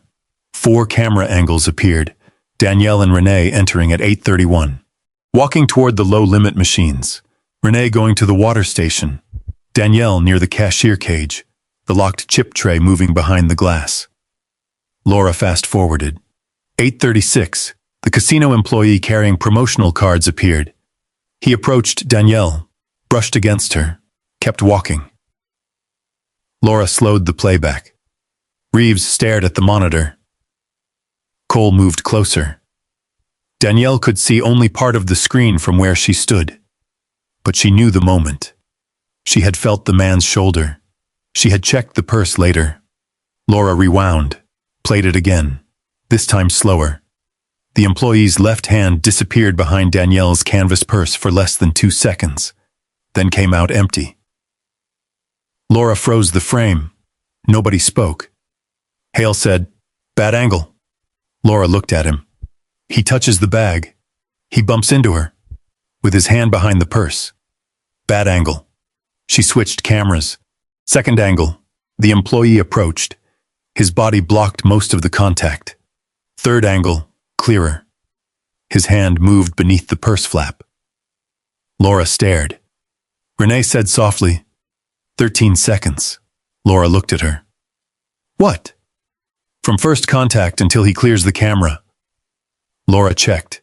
Exactly 13 seconds. Hale leaned over the console. Mark that segment corrupted. Laura's face changed. You want me to delete it? I said corrupted. The file isn't corrupted. It contains a visual obstruction. The second angle does. The third one doesn't. Hale's voice dropped lower. Laura. She looked at him. Flag it corrupted and move it from the incident export. For the first time, Danielle saw fear in Laura Bennett. Not fear of the handcuffed women. Fear of the man standing behind her. Laura's eyes moved toward Reeves. He said nothing. Toward Cole. Nothing. The silence told her more than words. This was not the first time procedure had been bent in this room. Maybe not the first time video had disappeared. Danielle watched Laura's hand move toward the mouse, then stop. Hale spoke carefully. You know what your job is. Laura stared at the frozen image. The employee's fingers were still visible near Danielle's open purse. I know what the footage shows. What it shows is ambiguous. It shows him touching the bag. It shows nothing useful. Danielle said, then preserve it. Hale turned. You are not part of this conversation. Danielle looked at Laura. You are. Reeves stepped between them. Enough. Hale faced Laura again. Change the timestamp. Mark the 13 seconds corrupted. Finish the report. Laura looked at the incident log. 8:17, then the entrance camera. 8:31, then the frozen frame at 8:36, 3 numbers. 1 story. And they did not match. Her hands began to shake. Not much, but enough that she folded them in her lap. Hale saw it. Laura. She took a breath. I need written authorization. His face darkened. For what? To alter the creation time and remove video from the export. You have my authorization. I need it in the system. Reeves looked at Hale. Hale looked back at him. For the first time since entering the surveillance room, neither man seemed certain what the other wanted recorded. Danielle felt something shift. The night had not turned yet. She and Renee were still handcuffed. The planted chips were still being treated as stolen property. Their personal cash was still being classified as proceeds. But corruption depended on people doing small things without asking who would sign their name. Laura Bennett had just asked. Hale leaned closer to her. Do what I told you. Laura looked at the frozen 13 seconds, then at the incident shell created before Danielle and Renee had even entered Harbor Crown. Her voice came out quieter than before. If I change this, the original audit log will still exist. Hale stared at her. Not if you overwrite it correctly. Laura looked up. That was the moment. Not the handcuffs, not the chips, not the threats. The moment Victor Hale told an employee exactly what he expected her to erase. And Danielle realized the casino's most dangerous witness was no longer the woman wearing the silver pendant. It was the woman sitting at the keyboard, deciding whether she was willing to become part of the lie. Laura Bennett stared at the frozen image. 13 seconds. That was all. 13 seconds of a crowded casino floor beneath blue neon and reflected chandelier light. 13 seconds showing an employee approaching Danielle, brushing past her, slipping one hand behind the flap of the canvas purse, then disappearing into the crowd. For years, Laura had believed wrongdoing would look larger when it finally demanded something from her. It would come with shouting, a threat, an envelope of money, something obvious enough that an honest person could point to it and say, "There, that is the line." Instead, the line was 13 seconds long, and Victor Hale wanted her to erase it. Laura. Hale's voice had lost its patience. She looked at the incident file again. Created 8:17 p.m. Danielle and Renee entering Harbor Crown. 8:31 p.m. Contact with the employee. 8:36 p.m. Supposed surveillance flag. 8:42 p.m. The numbers did not need interpretation. They needed someone willing to leave them alone. Laura slowly moved her hand back to the mouse. Hale relaxed slightly. "Good," she clicked. A duplicate window opened. Then another. Hale frowned. "What are you doing?" "Preserving the source before editing the incident export." "You don't need to preserve anything." "System procedure." She said it automatically. The same phrase men above her had used for years whenever she questioned something that made her uncomfortable.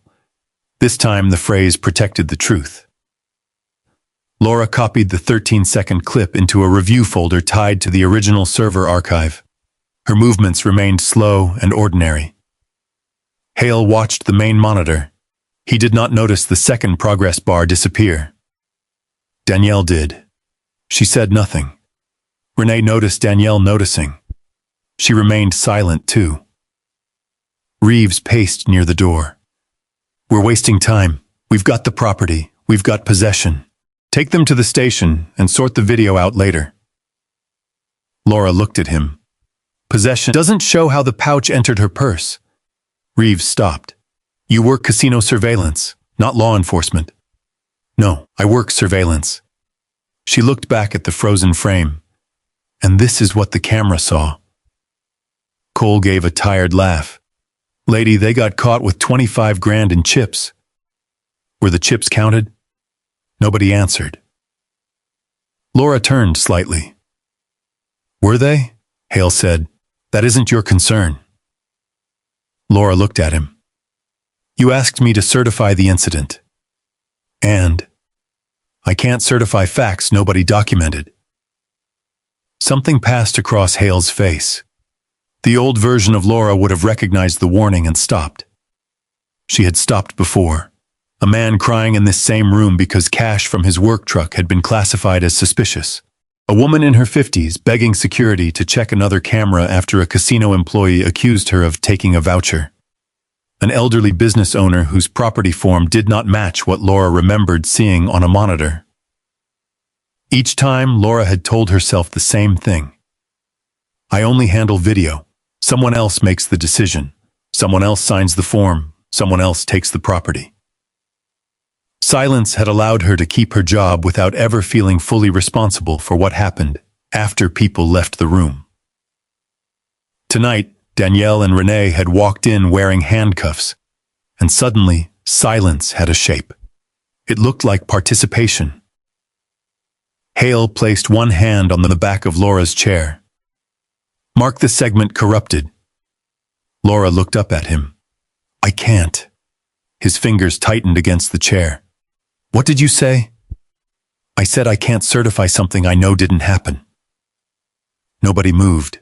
Even Reeves stopped pacing. Hale's voice became almost gentle.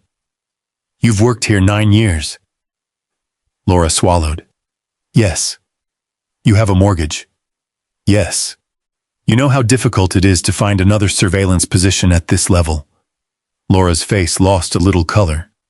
Danielle watched without interrupting. This was not courage without fear. It was courage while fear was fully present. Hale leaned closer. "If you refuse a direct instruction involving a security investigation, I will terminate you tonight.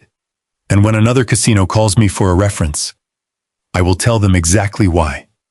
Laura looked at the monitors. Hundreds of guests moved across them. People laughing, people losing money, people winning. People walking through a building that trusted cameras to tell the truth after human memory failed. She took her Harbor Crown access card from the clip on her blazer, placed it beside the keyboard. Then tell them.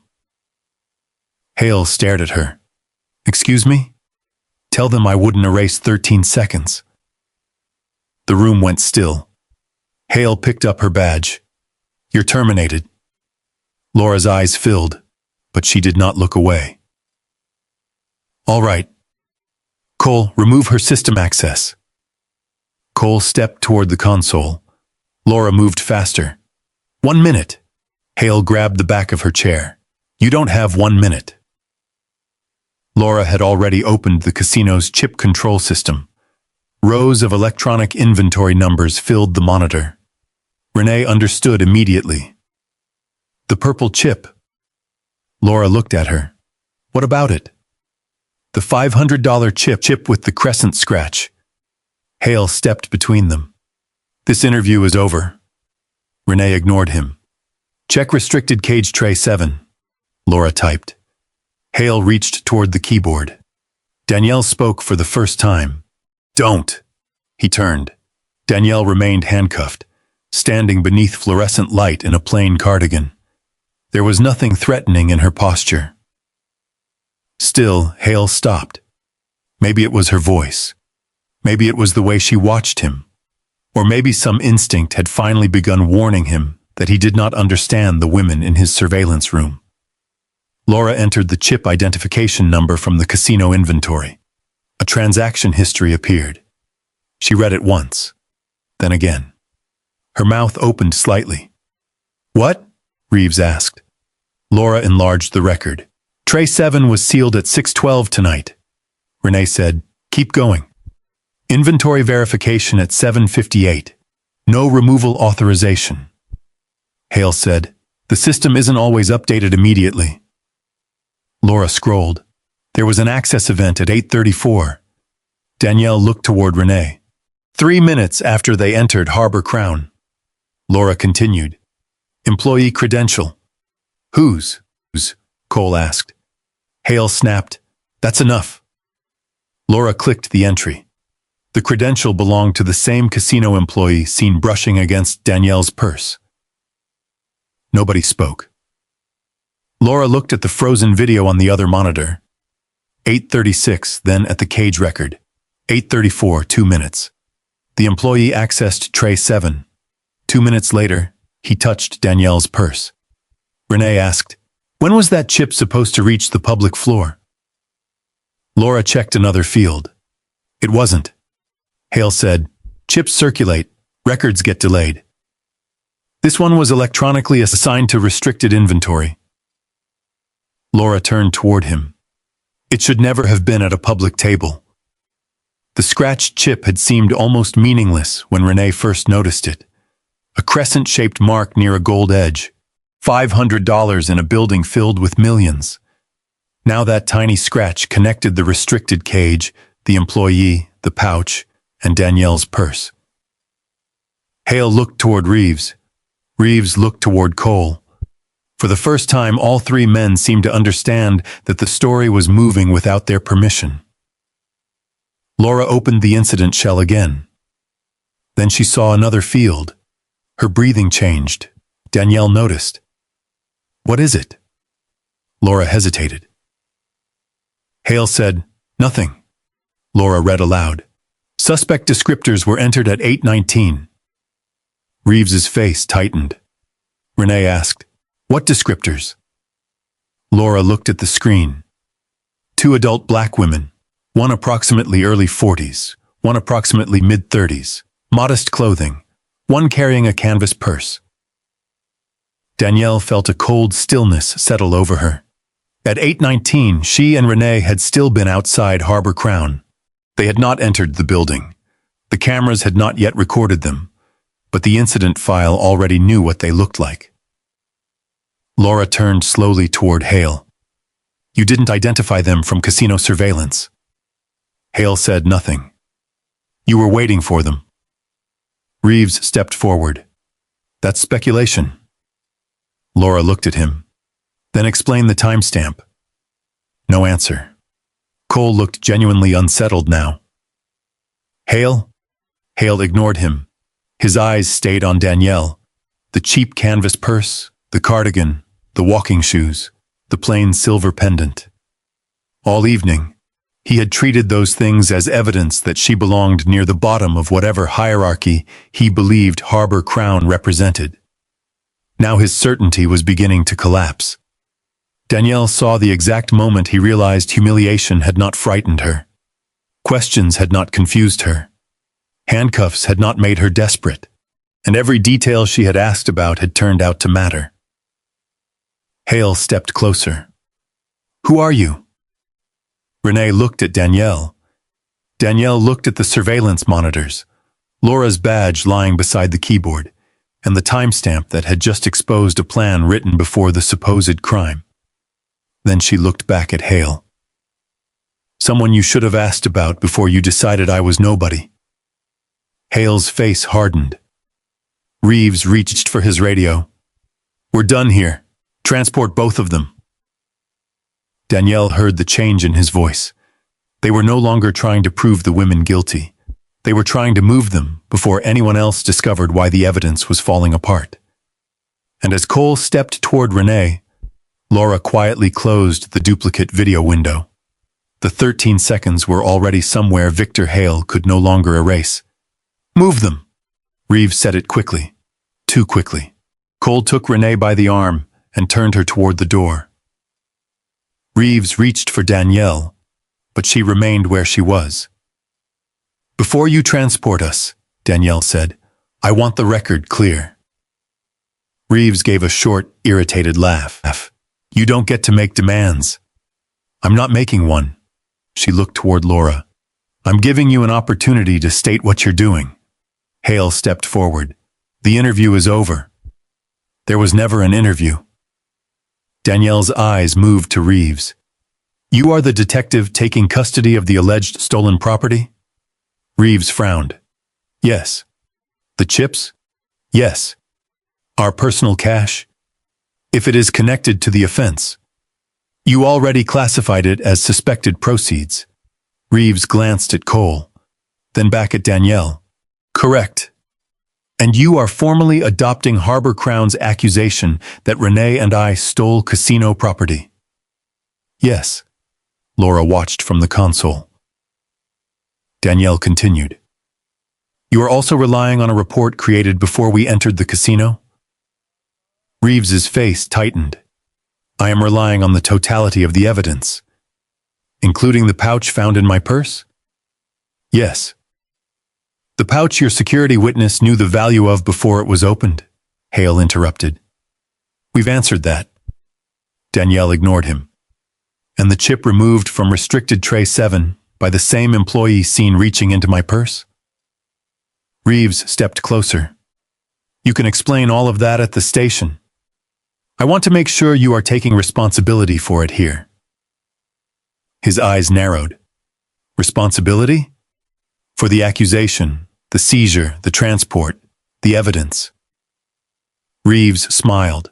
It was the smile of the man who still believed the handcuffs settled the argument. Yes, Miss Carter. I am taking responsibility. Danielle nodded once. Thank you. Something about the way she said it made Cole stop moving. Hale heard it too. He looked at Danielle differently now. What exactly are you trying to do? Nothing. Reeves reached for her arm. Then let's go. Danielle stepped with him. The silver pendant moved against her cardigan. Cole noticed it again. He reached toward the chain. Hold on. Renee's eyes sharpened. Cole lifted the pendant away from Danielle's chest. This could be electronic. Reeves looked at him. You checked it downstairs. I looked at it. Cole turned the small silver oval beneath the fluorescent light. There was nothing impressive about it. No jewels, no designer mark. Just worn silver, softened at the edges by years of being touched. He smiled. This your secret weapon? Danielle looked at him. My mother wore it for 19 years. Cole's smile faded slightly. That isn't what I asked. No, but it is what matters. Hale held out his hand. Give it to me. Danielle's voice changed. Don't. Hale stopped. Not because she was louder, because for the first time all night, there was something unmistakably final in the word.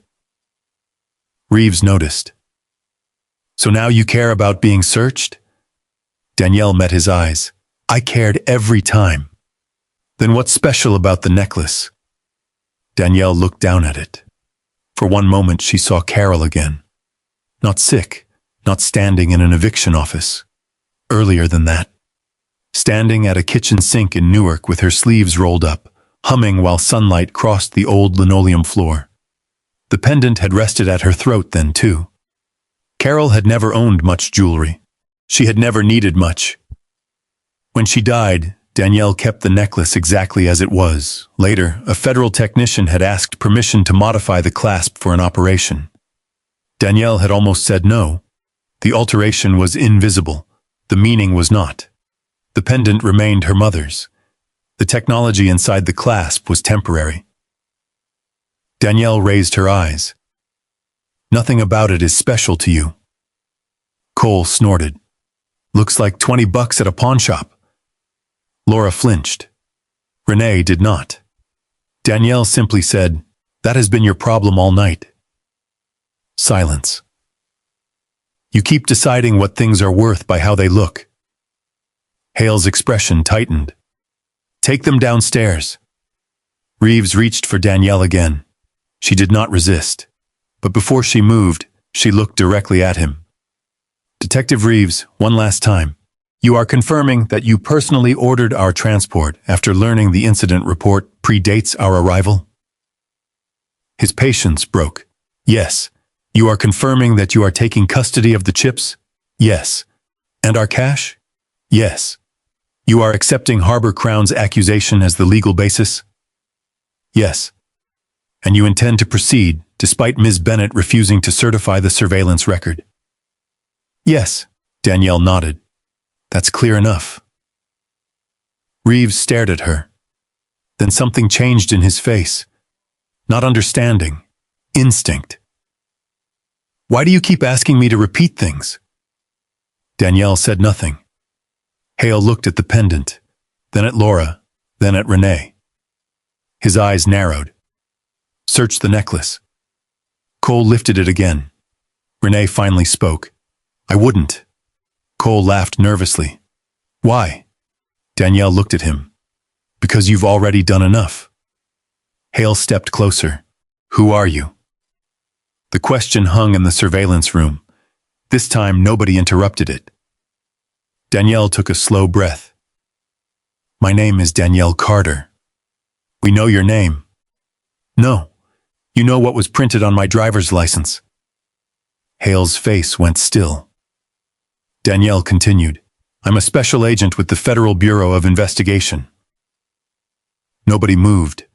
The hum of the surveillance equipment suddenly seemed louder. Cole's fingers released the pendant. It fell gently against Danielle's cardigan. Reeves stared at her. Then he laughed once, but there was no confidence in it. That's convenient. Renee straightened beside Cole. My name is Renee Foster.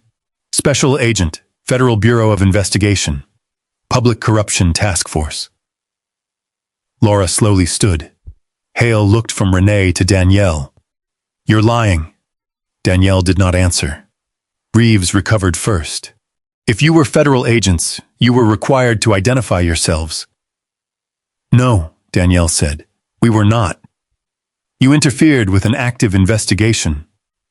We asked whether we were free to leave. You concealed your identities. We were off operation until tomorrow morning. Hale stared at her. Off operation? Danielle nodded. We came to observe the casino, have dinner, and leave.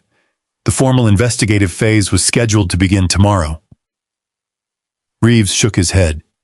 No, you set this up. We did not ask your officer to search my purse. Danielle looked at Cole. We did not ask him to find a pouch your employee planted. Then Hale. We did not ask you to announce its value before it was opened. Then Reeves. We did not ask you to seize our personal money. Her eyes moved to the monitor. We did not create your report at 8:17. Laura looked down at the timestamp. Danielle continued.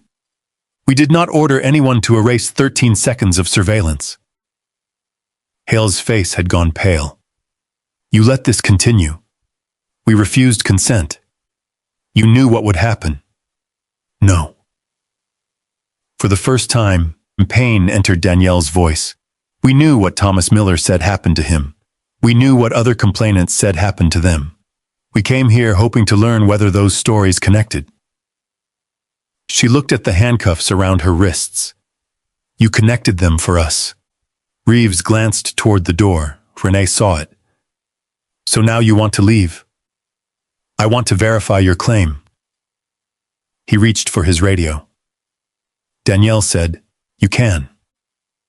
Reeves stopped. How? My credentials are not in my purse. Where are they? Secure location. Cole laughed again. Of course, Danielle looked at him. You don't need them. Why not?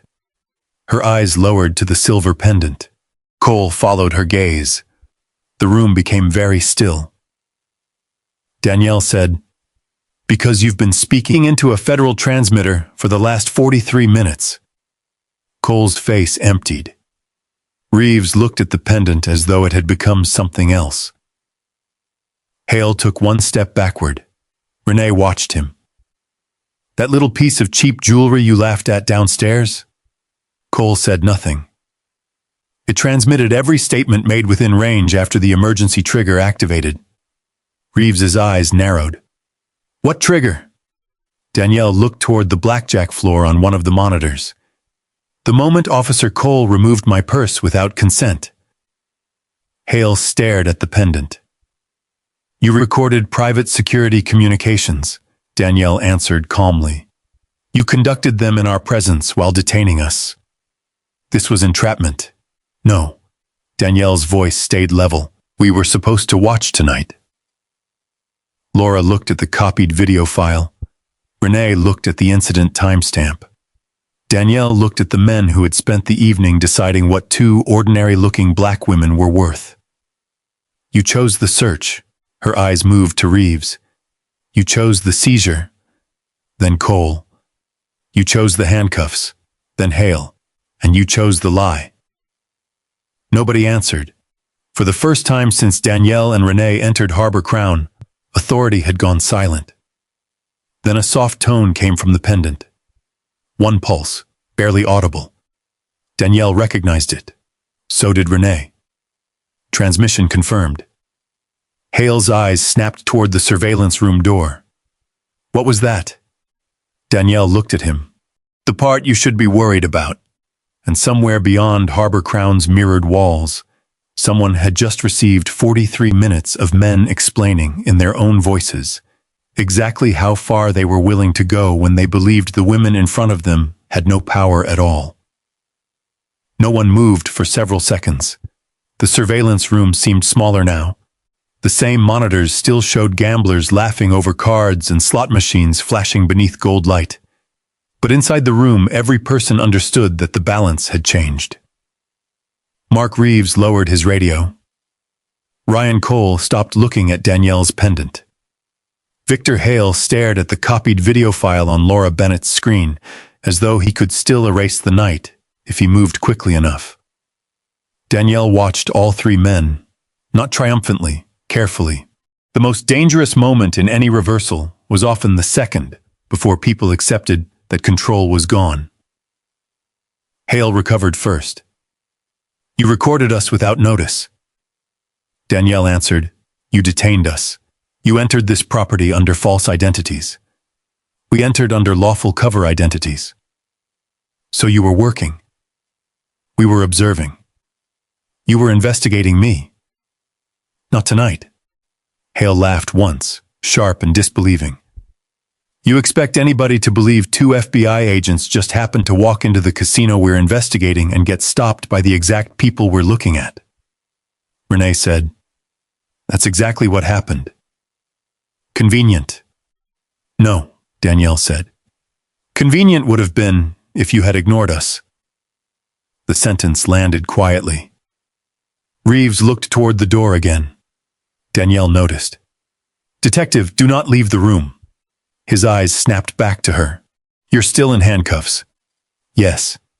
So maybe don't forget who's holding who. Renee looked at him. That ended when the transmission cleared. Reeves stepped toward her. Then the secure door behind him opened. A woman entered wearing a dark navy suit beneath a raincoat. 56-year-old Supervisory Special Agent Susan Grant. She did not rush. She did not shout. Behind her came 4 members of the joint federal team, all adults, calm and deliberate. Susan's eyes moved across the room once. Danielle and Renee in handcuffs. Laura standing beside the console. Hale near the monitors. Reeves and Cole between the women and the door. Then the incident file glowing on the screen. 8:17 p.m. Susan's expression changed only slightly. Take the cuffs off. Cole did not move. Susan looked at him. Officer. He hesitated. Reeves said, You have no authority over this detention. Susan reached inside her coat and displayed her credentials. I do now.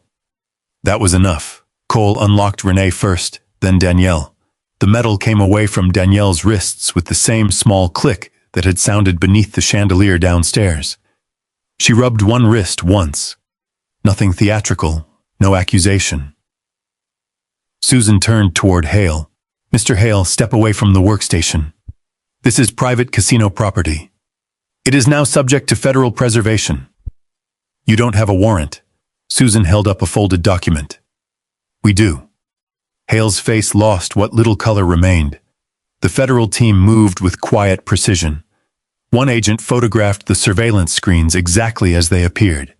Another disconnected no equipment, but placed evidence preservation seals over the server cabinet. A third secured Hale's phone. A fourth began cataloging the incident file, access logs, and camera archive. Laura watched them work. Her hands had stopped shaking. Susan looked at her. You're Laura Bennett? Yes. You duplicated the 13-second segment? Laura swallowed. Yes. Where? Internal Review Archive, secondary mirror folder. The original is still on the main server. Good. Hale stared at her. You had no authorization to duplicate that. Laura looked back. You told me to erase it. He said nothing. Susan turned to Reeves. Your phone. Reeves laughed. You're serious? Yes. I want counsel. You may request counsel before any interview. Your phone is being preserved as evidence. Reeves did not hand it over immediately. Danielle watched his thumb move toward the screen. Susan saw it too. Do not delete anything. I wasn't. Then placing it on the table should be easy. For the first time all night, Reeves obeyed without argument. Cole placed his phone beside it. Hale took longer. Eventually he did the same. Renee moved toward Laura's monitor. Can you pull the access record for Tray 7 again? Susan glanced at her. You saw something? The scratched $500 chip. Laura reopened the file. Restricted cage Tray 7. Access at 8:34 p.m. Credential belonging to the same employee seen touching Danielle's purse at 8:36. Susan read the timeline. Then the incident shell. 8:17. She looked at Danielle. Before you entered? 14 minutes before. Susan exhaled slowly. That is helpful. Hale scoffed. Helpful? You people are constructing a conspiracy from administrative errors. Danielle looked at him. No. That's what makes this different. He stared at her. You constructed it. Danielle shook her head. You called the police. She pointed toward Reeves. He adopted your accusation. Toward Cole. He searched the purse. Toward toward the monitor. You ordered the timestamp changed. Laura looked down. And you ordered 13 seconds removed. Danielle's voice stayed steady. We did not build this case. She looked at all three men. You did. The room fell silent again. Susan began assigning teams. Casino cage logs, chip control records, employee access history, internal security complaints for the past 5 years, all local police seizure references tied to this property. Preserve everything. Hale's eyes narrowed. You cannot freeze an entire casino because 2 women don't like how security treated them. Susan looked at him. This is not about how they were treated. Danielle glanced toward Renee. They both knew that was only partly true. Susan continued. It is about evidence that a casino security operation and law enforcement officers may have coordinated false seizures, altered records, and misrepresented property ownership. Hale said nothing. One of the agents returned from the server cabinet. Ma'am, Susan turned. We found linked incident folders. How many? Dozens. The word changed the atmosphere. Danielle thought of Thomas Miller, the rain on his truck, the brown envelope, the property receipt. She asked, names? The agent scrolled. Some are coded by incident number. Search Miller. He typed. A file opened. Miller, Thomas. Danielle's chest tightened. The folder contained the roadside seizure, casino correspondence, a property transfer note, and a later adjustment entry. Renee leaned closer. What is that adjustment? The agent opened it. Part of Thomas's $18,400 had been recorded as transferred to a private compliance vendor. Another portion was listed as unverified currency. A third entry showed no final disposition at all. Susan's expression hardened. Vendor name? Atlantic Risk Solutions. Laura looked up. Hale used them. Hale said quickly, outside contractors, standard loss prevention work. The agent opened another file, then another. Same vendor, different victims, different amounts, similar language, suspicious proceeds, unauthorized chip conversion, unverified ownership. Danielle recognized the architecture immediately. Take property, create doubt, move it before anyone can challenge the story. By midnight, Harbor Crown's surveillance room had become the center of a much larger federal operation. Additional warrants were prepared. The Municipal Property Unit was notified to preserve seizure records. Financial investigators began tracing payments between Harbor Crown vendors, private contractors, and accounts connected to local officers. Laura gave an initial voluntary statement. She did not excuse herself. I saw things before tonight. Susan asked, what kind of things? People brought up here after cash seizures, complaints that didn't match the video, files that changed after supervisors reviewed them. Did you report it? No. Why not? Laura looked through the glass toward the distant casino floor. I needed the job. Susan waited. Laura's voice dropped. I kept telling myself I wasn't hurting anybody because I wasn't the person taking the money. Danielle looked at her. Silence can still become part of the machinery. Laura nodded. I know. There was no anger in Danielle's voice. That made the words heavier. Laura looked at her access badge lying useless on the desk. I know now. Later, as federal agents escorted Reeves and Cole separately for formal processing, and Hale was informed that he could no longer access Harbor Crown security systems, Danielle finally stepped back onto the casino floor. The crowd had thinned. Some people recognized her. The older black man and his wife were still there. He approached slowly.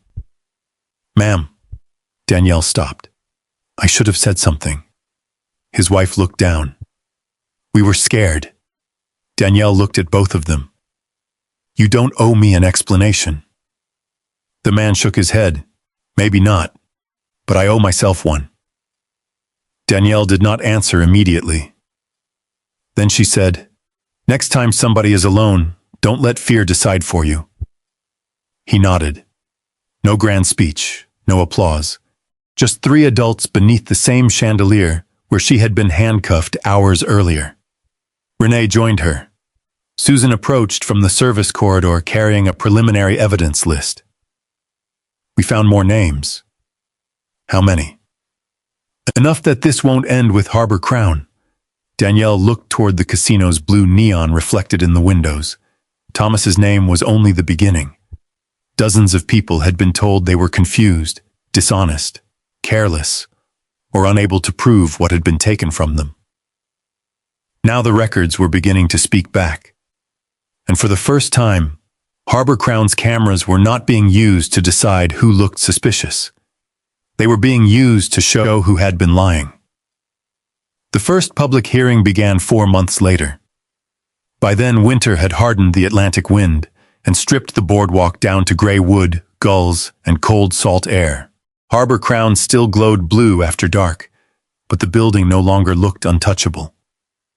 Victor Hale had been removed from casino operations pending federal prosecution. Detective Mark Reeves and Officer Ryan Cole had both been suspended, then charged separately as investigators traced false reports, unlawful seizures, and payments routed through outside vendors. Harbor Crown entered outside compliance supervision. Every seizure file connected to the casino was reopened, and names that had once been buried beneath incident numbers began returning to people. Thomas Millers was one of them. He sat in the second row of the hearing room, wearing the same brown jacket Danielle had seen at the diner. His original property receipt rested inside a clear folder on his lap. The paper was so worn that the folds had nearly separated. Renee sat beside Danielle near the aisle. Neither woman wore anything that would have impressed the old version of Victor Hale. Danielle had on a dark coat over a simple blouse.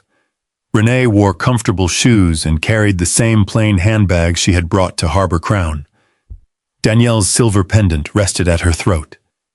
No transmitter now, no hidden wiring, just silver, just carols. At the front of the room, a federal restitution administrator read from a list of recovered financial records. Thomas had been right about nearly everything. The $18,400 had entered official custody after Reeves seized it. Then the paper trail split. A portion moved through a vendor tied to casino compliance work. Another portion was entered as disputed currency. The remaining amount vanished into an account later connected to fraudulent property dispositions. For 18 months, Thomas had been told the problem was his proof. The problem had never been his proof. It had been the people controlling the record. When his name was called, he stood slowly. Danielle watched his hand close around the folder. He approached the table at the front. The administrator handed him a restitution document and explained the compensation package, including reimbursement for lost funds and approved replacement equipment for Miller's kitchen. Thomas listened. He nodded. He signed where he was told. Then he looked at the new document in one hand and the old property receipt in the other. People expected him to smile. He didn't. Danielle understood why. Outside the hearing room, reporters gathered near the courthouse steps. Thomas ignored most of them. He walked directly toward Danielle and Renee. "They approved the range," he said. Renee smiled. The commercial one? The good one. That kitchen might finally stop trying to kill you." Thomas laughed once. Then his face changed. He held up the old receipt. "I'm keeping this." Danielle nodded. "I figured you would." They asked if I wanted the original included with the archived claim. "What did you tell them?" "That this stays with me." He looked down at the paper. "Money replaces the stove." His voice softened. "It doesn't replace the years people treated me like I was lying." Danielle felt those words settle deeper than any courtroom result. She touched the edge of his folder. "Then we make sure the record finally says you weren't." Thomas looked at her. For a moment, the noise of the courthouse seemed to move farther away. "That's enough for me." Danielle knew it wasn't. Not completely. Nothing erased the cancelled contractor. The debt. The customers who had stopped coming after rumors spread. The nights Thomas had sat in an aging restaurant, wondering whether fighting for what was his made him stubborn or foolish. Justice could return money. It could correct files. It could punish people. It could not return untouched years. But it could stop the lie from becoming permanent. That mattered. Laura Bennett learned the same thing differently. Her cooperation helped investigators recover archived surveillance files tied to dozens of earlier incidents. She admitted where she had stayed silent, and where she had allowed supervisors to make decisions she knew did not match what the cameras showed. Her testimony helped victims. It did not erase her choices. She did not return to casino surveillance. Several months after the hearing, she found work managing security records for a regional hospital network. Less money, no chandeliers, no private gaming floor. She told Danielle she slept better. On a rainy evening in early spring, the four of them met at a modest restaurant along the boardwalk. Not Harbor Crown, a smaller place with steamed windows, yellow hanging lights, scratched wooden tables, and coffee that came in thick white mugs. Rain tapped softly against the glass. The ocean beyond the boardwalk was almost black. Thomas arrived first. Laura came 10 minutes later carrying an umbrella that had turned inside out twice in the wind. Renee laughed when she saw it. "You fought the Atlantic and lost." "Badly." Danielle slid a cup of coffee toward her. "No surveillance system could have helped you." Laura smiled. That kind of laughter had been impossible months earlier. Thomas told them the new commercial range had finally been installed. He had already burned one batch of biscuits because he was used to compensating for the old oven. Renee said that counted as progress. Laura asked whether he had framed the restitution letter. Thomas shook his head. "No, but I framed the old receipt." Danielle looked at him. "Why the old one?"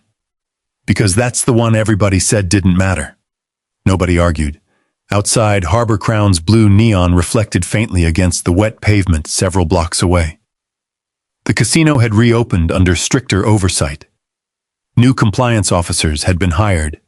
Independent review procedures were put in place. Past seizure claims continued to be examined. Some victims recovered money. Some recovered property. Some received only written acknowledgement that their complaints had been mishandled. It was not a perfect ending. Real endings rarely were. Renee took a sip of coffee and looked at Danielle. Her eyes dropped to the silver pendant. "Back to being jewelry?"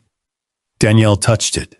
The metal had been polished recently, but the edges still showed years of wear. She thought of Carol wearing it in their old kitchen. Thought of that hard plastic bench after the eviction notice. Thought of her mother's words, "Having less does not mean being less."